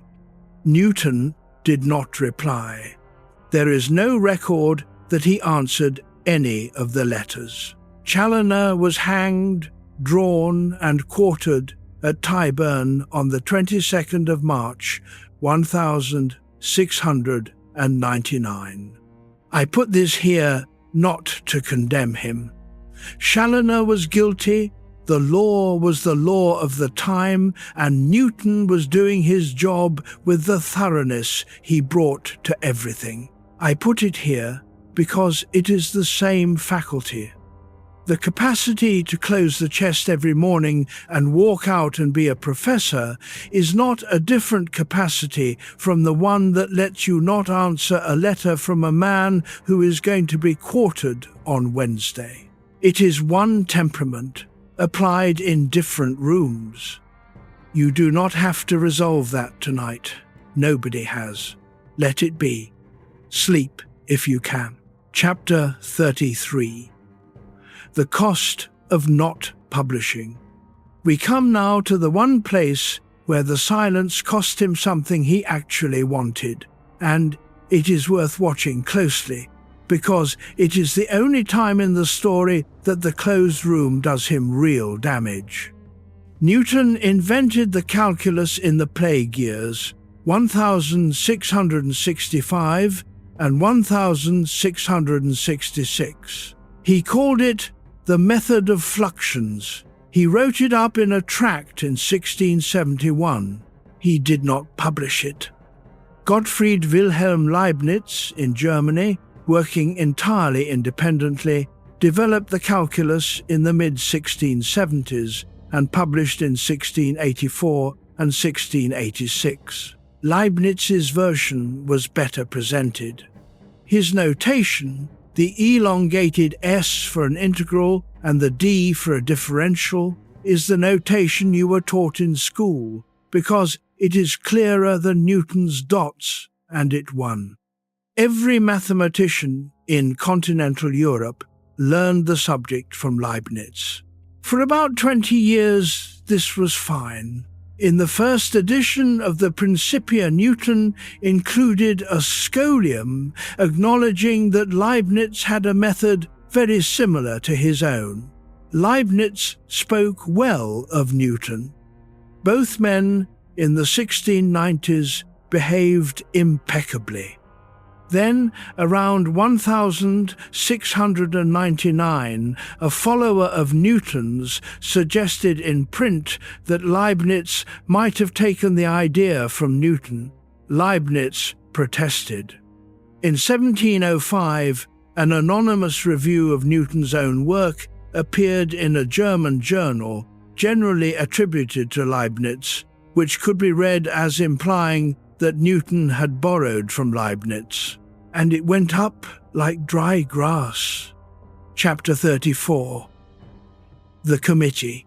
By 1711, the dispute was open warfare, conducted through proxies, journals, and anonymous pamphlets. Leibniz, exasperated, made a decision that in hindsight looks almost innocent. He appealed to the Royal Society to adjudicate. He asked the leading scientific body in England to examine the record impartially and settle the question of priority. Newton was the president of the Royal Society. He appointed the committee. The membership was almost entirely his own supporters and included at least one foreign diplomat with no relevant expertise, apparently to give the appearance of neutrality. The committee reported in about 7 weeks. It found comprehensively for Newton. Its report was published in 1713 as the Commercium Epistolicum, a collection of letters and documents with a connecting commentary. Newton wrote the report himself. This is not a suspicion. His drafts of it survive in his own hand. The verdict he was supposedly submitting himself to for judgment was written by the man being judged. And then, in 1715, an anonymous review of the Commercium Epistolicum appeared in the Philosophical Transactions of the Royal Society, praising its findings and dismissing Leibniz's claims at length. Newton wrote that too. He wrote the evidence, he wrote the verdict, and then he wrote the anonymous review of his own verdict, published in his own society's journal, of which he was president. Leibniz died in 1716 in Hanover, out of favour and largely alone. His funeral was attended, by most accounts, by his secretary. Newton is reported, second-hand and years later, to have said with satisfaction that he had broken Leibniz's heart. The remark comes down through Conduit Circle rather than from Newton's own pen, and it may be embroidered. But nobody who has read the case files finds it out of character. The modern verdict, for what it is worth, is that both men invented the calculus independently, that Newton did it first and Leibniz published first, and that Leibniz's notation was better. Nobody serious thinks Leibniz was a plagiarist. Here is the thing I want you to notice. None of this needed to happen. If Newton had published the fluxions in 1671, when he wrote them up, there would have been no dispute at all. There would have been a date and a printed book, and the matter would have been closed before Leibniz began. The 20-year silence created the ambiguity, and then he spent the last 20 years of his life in a rage about the ambiguity and did enormous damage to himself and to another man, and set English mathematics back by a generation because English mathematicians loyally used his inferior notation for 100 years. If you keep something in a drawer long enough, the world eventually arrives at it by another road. And then you are furious, and the fury is entirely real, and it is also entirely your own doing. Chapter 35. Sir Isaac. The public life, meanwhile, was magnificent.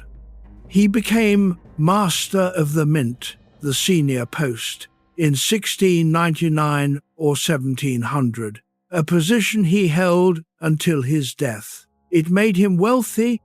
He was elected President of the Royal Society in 1703 and ruled it for 24 years, restoring its finances and its seriousness and terrifying its members. In 1704, the year after Hooke died, he finally published the Optics in English, not Latin, and in clear, plain prose. It became the more widely read of his two books, and its final section, The Queries, is where he allowed himself to speculate publicly in the form of questions about the things he had been thinking about privately for 40 years. Are there active principles in nature? Is light a stream of particles? Are gross bodies and light convertible into one another? That last one, incidentally, is a fair prose description of what Einstein would set out mathematically 2 centuries later. In 1705, Queen Anne knighted him at Trinity College, Cambridge. He was the first scientist ever knighted, though the honour appears to have been at least partly political, connected to an election he was standing in and lost. He kept a house in London, in Jermyn Street, and later in St. Martin's Street. He had a coach and 6. He wore crimson. He gave money away readily and quietly to relatives and to people in need in amounts that surprised his executors. His half-niece, Catherine Barton, kept house for him for many years. She was witty and admired, a favourite of Jonathan Swift, and she brought into that silent house the only sustained ordinary human warmth it ever had. Her daughter married John Conduit, who succeeded Newton at the Mint and who spent years afterwards collecting the recollections that are the reason we know most of the personal detail in this episode. So the last 30 years look, from outside, like the perfect third act. Wealth, honour, authority, a comfortable house, a beloved niece, a knighthood, and universal fame. He was the most celebrated living Englishman. Foreign visitors came to look at him, and in that house, at night, he was still writing. The queries at the end of the Optics deserve a moment of their own, because they are the one place where the two halves of him nearly touch in public. The main body of the book is severe. Experiments, measurements, conclusions. And then, at the end, he appends a set of numbered questions, which grew with each edition until there were 31 of them, and the tone changes completely. They are speculations, phrased as questions, so that he cannot be held to them.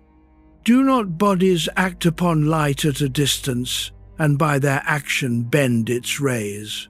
Are not gross bodies and light convertible into one another? Are there not in nature agents capable of making the particles of bodies stick together by very strong attractions? And is it not the business of experimental philosophy to find them out?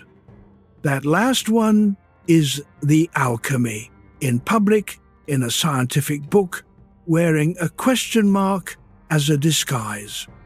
He spent 50 years trying to find the active principles that make matter cohere and transform, and the only place he ever said so to the public was in the interrogative at the back of a book about optics, where he could always retreat to having merely wondered.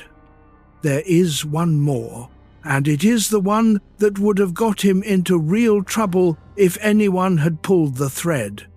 In the final query, he moves from physics to the argument that the order of the world implies a designer, and he is careful and he is orthodox on the surface, and underneath it is the theology of a man who believed the Church had corrupted the nature of God for 13 centuries.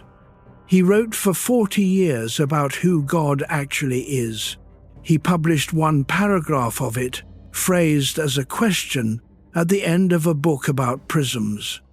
That is what a secret looks like when it is under enough pressure to leak, but not enough to break. It comes out sideways, in a subordinate clause, in a form that can be disowned. Chapter 36. Still writing. This is the part that reframes everything. You could tell yourself that the secret work was a young man's obsession, and that once he became Sir Isaac Newton, Master of the Mint and President of the Royal Society, he put it down. He did not. The theological manuscripts continue right through the London years to the end of his life. He kept revising. He worked and reworked the interpretation of the prophecies of Daniel and the revelation of John. He kept refining his chronology of the ancient kingdoms, an attempt to fix the true dates of ancient history by using astronomical evidence. He was still at it in his 80s. The Chronology of Ancient Kingdoms Amended was published in 1728, the year after he died. The Observations upon the Prophecies of Daniel and the Apocalypse of St. John came out in 1733. Both were posthumous. Both were carefully edited by his family to remove or soften the material that would have revealed how far outside orthodoxy he actually stood. So even the fraction of the secret work that eventually reached print reached it after his death and cleaned up. He calculated, in the course of this work, a date past which he thought the world would not end. He was arguing against a fashion for imminent apocalypse, and he wanted to show from the text that the thing could not happen before a certain year. The figure he arrived at was 2060. People enjoy that fact and usually misreport it as a prophecy of doom. It was the opposite, a rebuke to doommongers. But the detail worth keeping is a different one. An old man, the most honored scientist alive, wealthy, finished, celebrated, sat at a desk in London at night and calculated a date more than 300 years after his own death, in a document he had no intention of showing to anybody. He was not writing for readers. He had long since stopped expecting readers. He wrote because writing it down was, for him, the way of holding a thing. Chapter 37. At the last years. In his final years he suffered from a stone and from incontinence, and he moved out to Kensington for the air. He gave up going into the Mint. He resigned nothing, presided at the Royal Society when he could, and was cared for by his niece and her husband. Stukely's visit in April 1726 belongs here. The one with the apple trees, the tea in the garden, the 83-year-old man telling the story about the fall of the fruit 60 years before. It is one of the last clear glimpses. Conduit recorded another from around the same period, and it is the one that has outlasted everything else he said. I do not know what I may appear to the world, but to myself I seem to have been only like a boy playing on the seashore, and diverting myself in now and then finding a smoother pebble or a prettier shell than ordinary, whilst the great ocean of truth lay all undiscovered before me. I want to be scrupulous with you. This comes to us through conduit, written down after Newton's death and printed a century later. It is not in Newton's own hand. It may be polished. Treat it as reported speech, faithfully meant. But listen to it properly, because it is almost always quoted as modesty, and I do not think it is modesty at all. Read it again. To myself I seem to have been only like a boy playing on the seashore. A boy, alone, on a shore, picking things up because they are interesting and putting them in his pockets, with an entire ocean in front of him that he has not touched. That is not a humble summary of a career. That is an exact description of what he actually did for 84 years, including everything he never showed anyone. The pebbles were the alchemy. The shells were the prophecies of Daniel. Nobody was watching. It was never for anybody. He is not saying, I achieved little. He is saying, I was playing by myself, and I was happy, and none of you were there. Chapter 38. March 1727. He attended a meeting of the Royal Society in London at the beginning of March 1727, and it exhausted him. He went back to Kensington and did not recover. On the 18th of March, he became insensible. He rallied slightly, then declined. On his deathbed, the sacrament of the Church of England was offered to him, as it was to every dying Englishman. He refused it. That is the last act of the story, and it is the reason the whole story matters. Think about what it would have cost him to accept. Nothing. He was dying. There was no consequence left to fear, no position to lose, no career to protect, and nobody in the room who would have known what the refusal meant. Taking the wafer would have been the easy, kind, invisible thing. It would have comforted his family. And after 55 years of saying nothing, of holding a fellowship at a college named Trinity, of accepting a royal dispensation designed to spare him from swearing to a doctrine he thought was a forgery, of letting the entire nation believe he was an ordinary Anglican, in the last hours of his life, when it could not possibly matter, he would not do it. He would not say it out loud, but he would not lie either. Not at the end, not in his own body. He died in the early hours of the 20th of March, 1727, by the old calendar. He was 84. Chapter 39. The funeral. He lay in state in Westminster Abbey. His pall was borne by 2 dukes, 3 earls, and the Lord Chancellor. He was buried in the nave in a prominent place under a monument.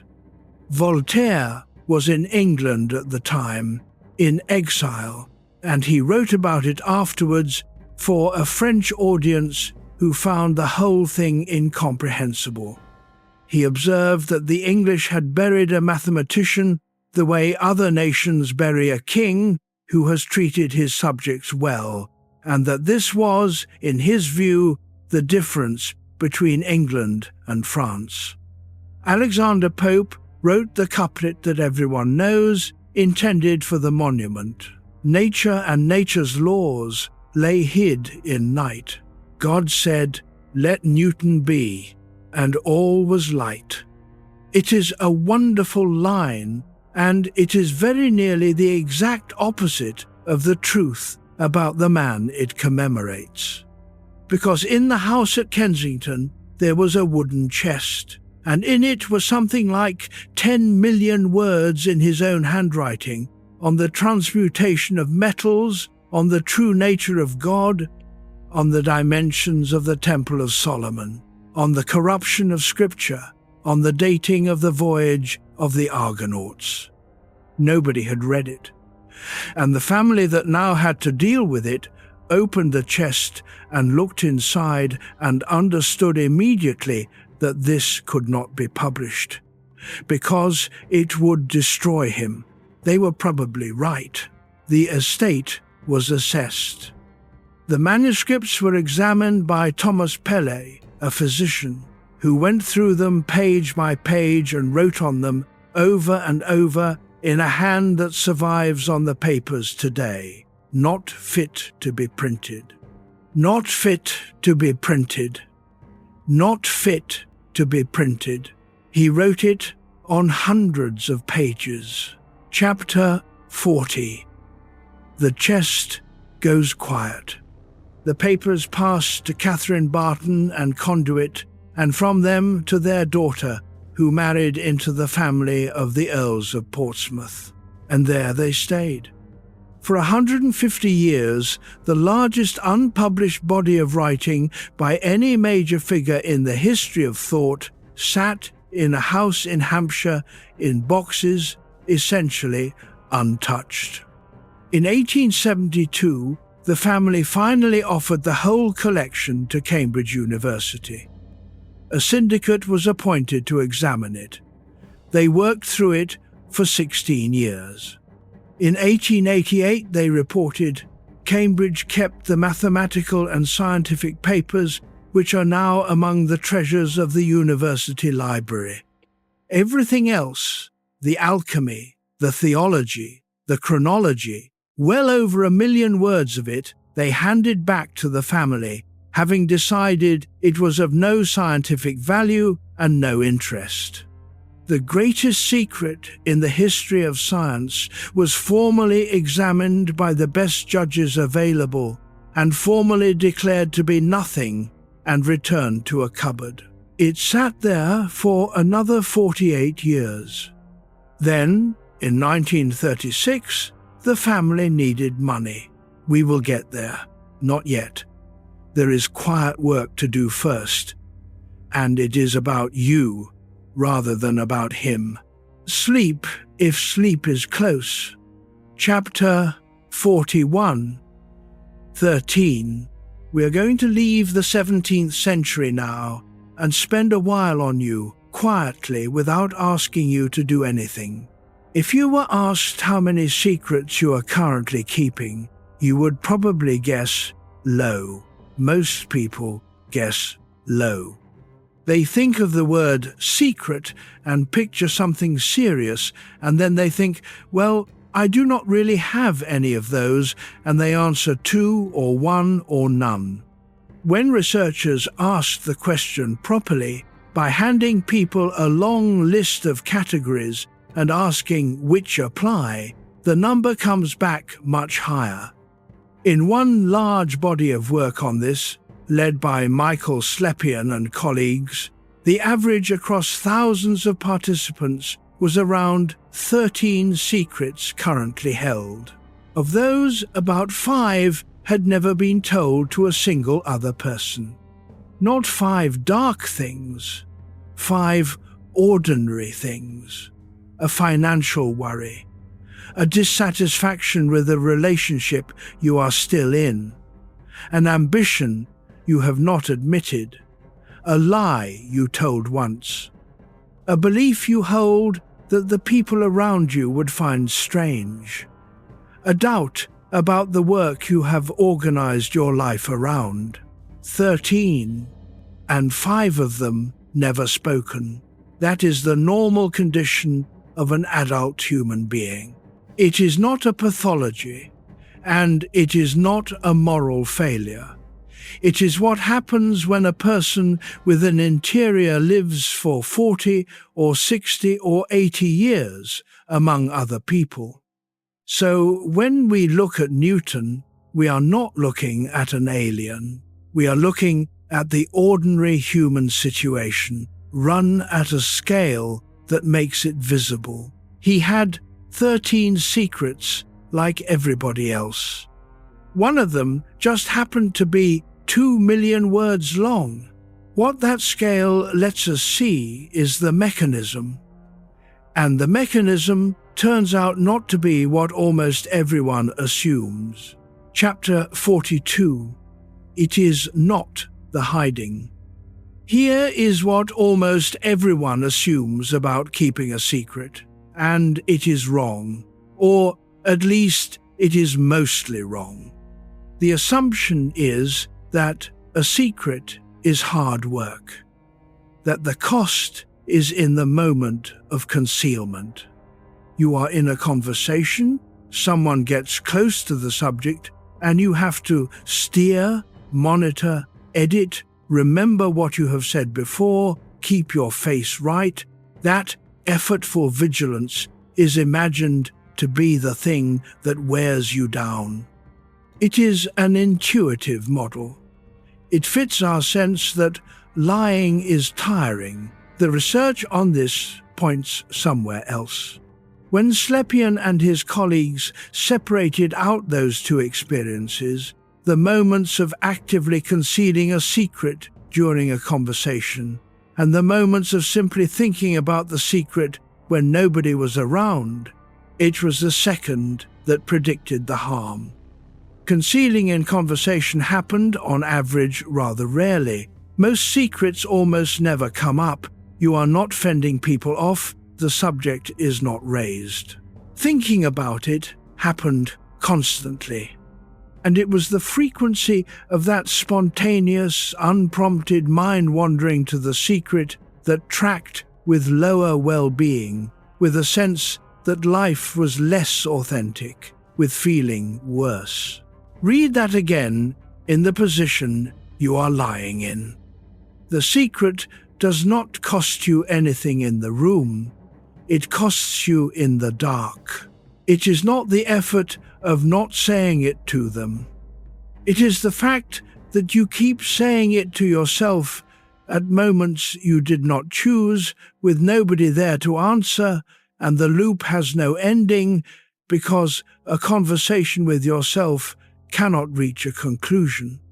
There is no one to say, "Yes, I heard you," so it plays again. That is why 1 a.m. is when it arrives. Not because the night is honest, and not for any poetic reason, but because mind-wandering needs an empty channel, and at 1 a.m, every channel is empty. Newton's whole life was empty channel. He engineered it that way. He was alone deliberately for 60 years, in rooms he had arranged to keep people out of. And the thing he did with that time, every night, was go back to the material. There is a practical consequence of that finding, and it is worth stating plainly, because it inverts the usual advice.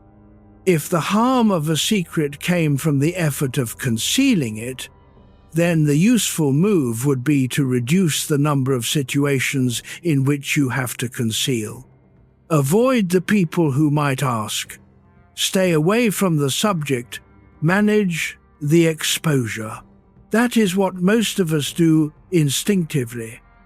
And on this account, it is close to useless, because concealment episodes were rarely the problem in the first place. You can successfully avoid every conversation in which the subject could arise and still lie awake with it every night. Newton avoided essentially all such conversations for 55 years, with great success, and it plainly did not spare him. If the harm comes instead from unbidden recall, from the thing arriving on its own in an empty moment, then the useful moves are different ones.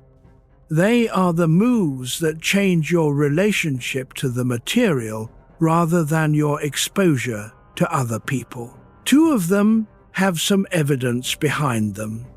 The first is the one we will come to next, putting it into words in order on paper for nobody.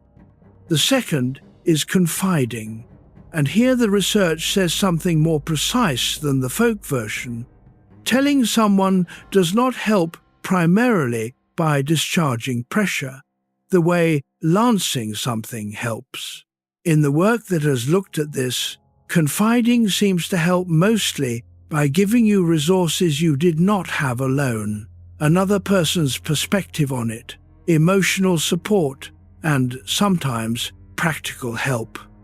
And afterwards, the mind wanders to it appear to become less frequent and less painful, which means the choice of confidant matters enormously, and the advice to simply tell someone is bad advice.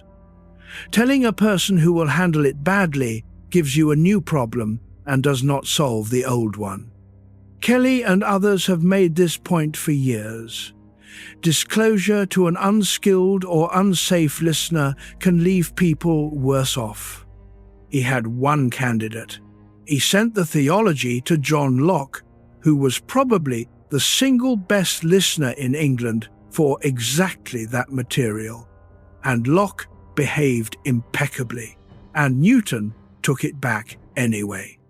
Chapter 43. Concealment is not privacy. There is a distinction here that matters a great deal, and getting it wrong causes real harm. In 1992, researchers Dale Larson and Robert Chastain published a measure called the Self-Concealment Scale. It asks people how much they agree with statements like, "I have an important secret that I have not shared with anyone. There are lots of things about me that I keep to myself. Some of my secrets have really tormented me."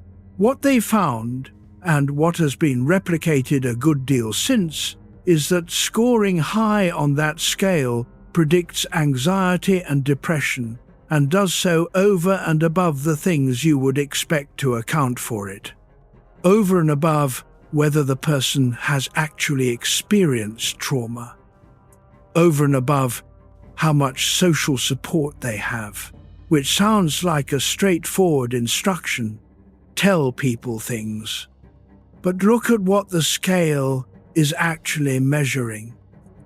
Look at that third item. Some of my secrets have really tormented me.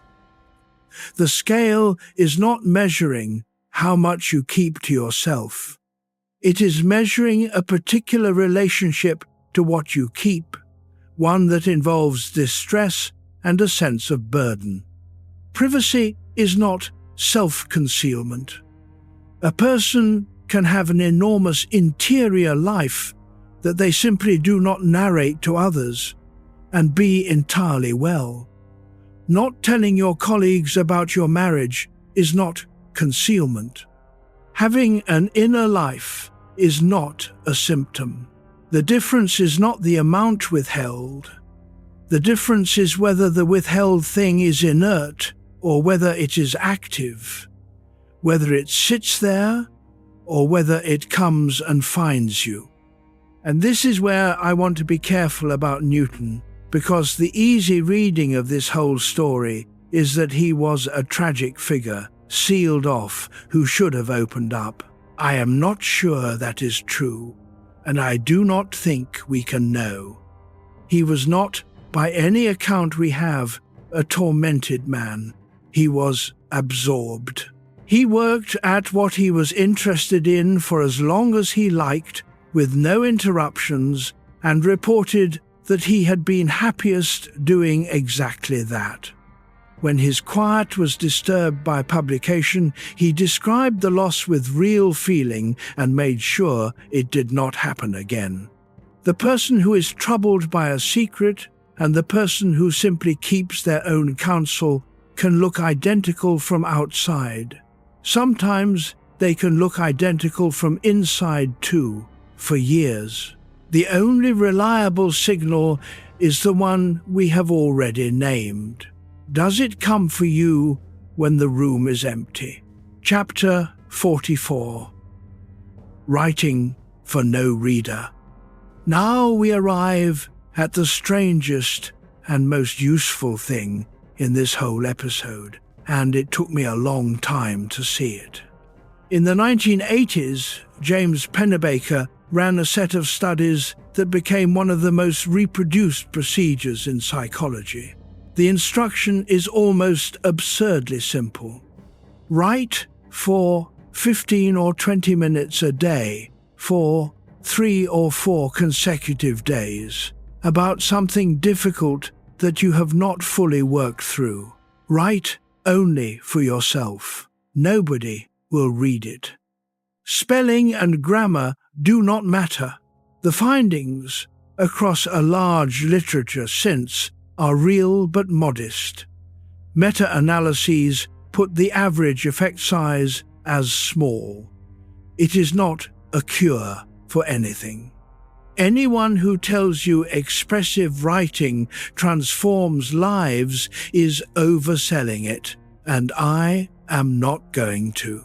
But it is reliably better than nothing, and one detail in the findings is worth the whole hour. The benefit does not seem to come from venting. People who simply pour out raw feeling do not improve much. The improvement tracks with something else, with the gradual construction of a narrative. With the appearance, across the days, of words like because and realize and understand, with the disorganized thing turning into an account of a thing. What the writing does is convert a loop into an object. A loop runs. It has no end, it starts wherever it likes, it is made of fragments, and it can run for 30 years. An object sits still. It has a shape and edges, and you can put it down and come back to it. Now look at what Isaac Newton did every night for 50 years. He did not vent, he constructed, he argued, drafted, indexed, revised, cross-referenced, and rewrote.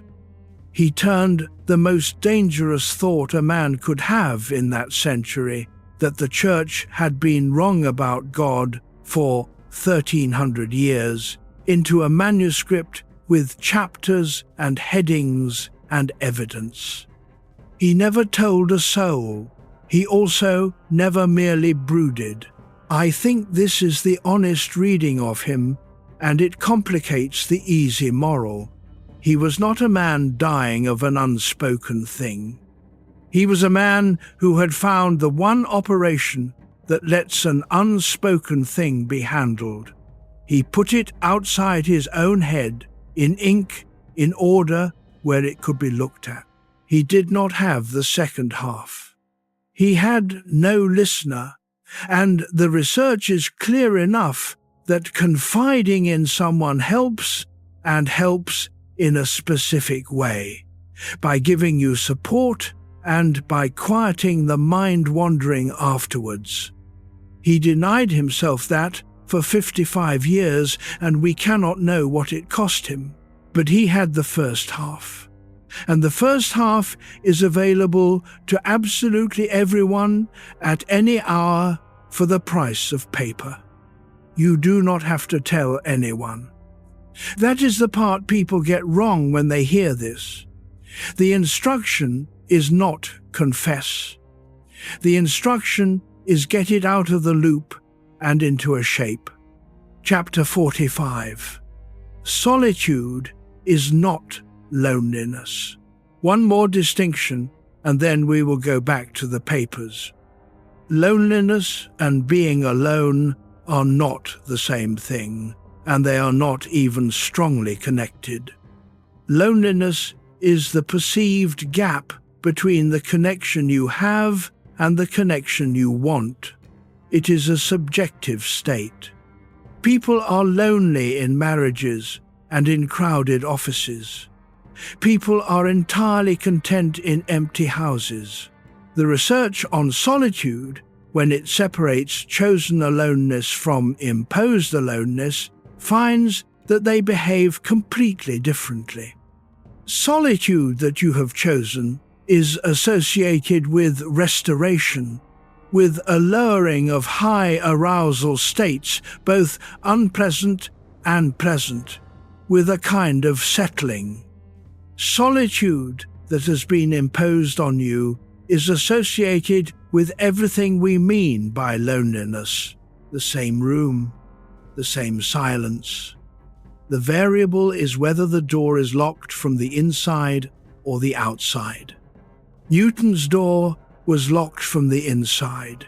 He built it that way deliberately over decades, and he defended it fiercely when anyone rattled it, which does not mean it cost him nothing. He never married.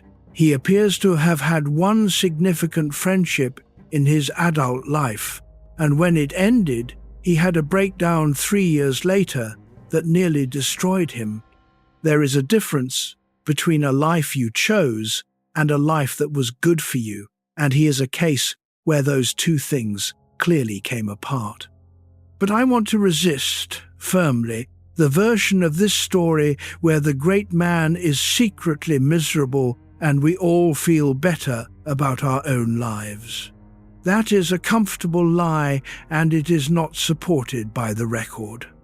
The record supports something more interesting, that a person can arrange a life almost entirely around the inside and get real work and real satisfaction out of it, and be recognizably content for long stretches, and still be carrying something that surfaces at 1 a.m. in September of his 50th year, and takes him apart for 18 months. Both. Not one or the other. Both in the same man, in the same rooms. There is one more finding about solitude worth carrying, because it is unusually specific and it applies directly to the hour you are in. When researchers have looked at what actually happens to people's emotional state when they go from being with others to being alone, the pattern is not simply that mood drops. What drops is arousal, in both directions. High-energy unpleasant states, agitation, anger, anxiety, come down, and high-energy pleasant states, excitement, elation, enthusiasm, come down as well. What is left is lower arousal territory in both the calm direction and the flat direction. Solitude is not a mood. It is a volume control, which explains something you have almost certainly experienced without naming.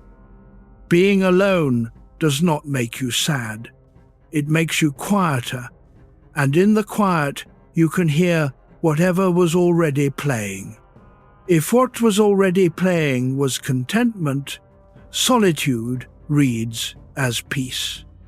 If what was already playing was an unfinished thing, solitude reads as dread.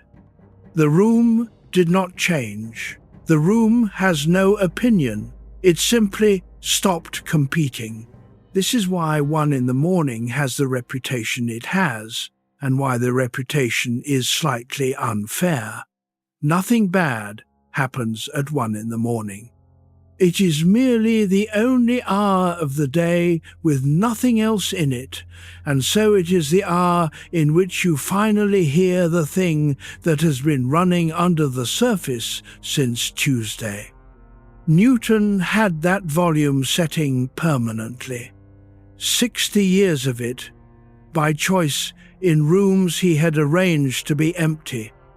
Most of the time, what he heard in it was the work, and the work was good company, and he was, in his way, content. And then, in September 1693, for reasons we will never establish, the thing that was playing underneath changed, and there was nobody in the building to say a word about it to. Chapter 46. What we will not do. Before we finish, I want to say plainly what this episode has refused to do, because the refusal is the point. Isaac Newton has been diagnosed, posthumously, with a great many things. Autism, bipolar disorder, schizoid personality, mercury poisoning, Asperger's syndrome, in a widely discussed paper. Each of these has been proposed by serious people with serious arguments, and each of them rests on the same foundation which will not bear the weight. We have no clinical observation of this man. We have no informant who knew him intimately, because there was no one who knew him intimately. What we have is a set of anecdotes, most of them collected after his death by people who admired him, selected precisely because they were unusual enough to be worth writing down, and shaped by the wish to explain a genius. Nobody wrote down the 1,000 ordinary Tuesdays. Nobody recorded the times he made small talk adequately, or laughed at something, or slept well. Humphrey Newton says he only saw him laugh once in 5 years, and that is a wonderful line, and it is also a man in his 70s remembering a period 40 years earlier, choosing the most striking thing he can recall. If we ran the same procedure on you, gathered only the stories your acquaintances found odd enough to repeat, filtered them through 40 years, and the knowledge of how your life turned out, we could build a diagnosis of you too. It would be internally consistent. It would explain everything, and it would be worth nothing. There is a genuine caution here that reaches beyond biography, and I will leave it with you because you can use it tonight. We do this to ourselves as well. At 1 a.m, the mind assembles a case. It selects the evidence that fits from years of material, and it presents the file as though it were the whole record. It is very convincing, because it is built from true things. It is still a selection. The ordinary Tuesdays are not in it. They never are, because nobody writes those down, including you. Chapter 47. The 13th of July, 1936. The Earl of Portsmouth needed money. On the 13th and 14th of July, 1936, at Sotheby's in London, the private papers of Isaac Newton were sold at auction, 329 lots. Something like 3 million words in his own hand. Almost nobody came. It was the wrong sort of material for a book sale, and the wrong decade for it. The whole collection, the entire secret half of the mind that wrote the Principia, fetched roughly £9,000. Two men understood what was on the table. One was John Maynard Keynes, the economist, then in his 50s, who began buying lots that day and spent the next several years tracking down and reassembling as much of the alchemical material as he could get, buying from the dealers who had broken it up. The other was Abraham Shalom Yehuda, a scholar of Semitic languages, who bought the theological papers. They eventually went to Jerusalem, to the National Library of Israel, where they are today. Keynes read his purchase, and he was the first person in history to do so, 209 years after Newton died, somebody sat down and actually read what was in the chest. He wrote a short lecture about it for the tercentenary of Newton's birth.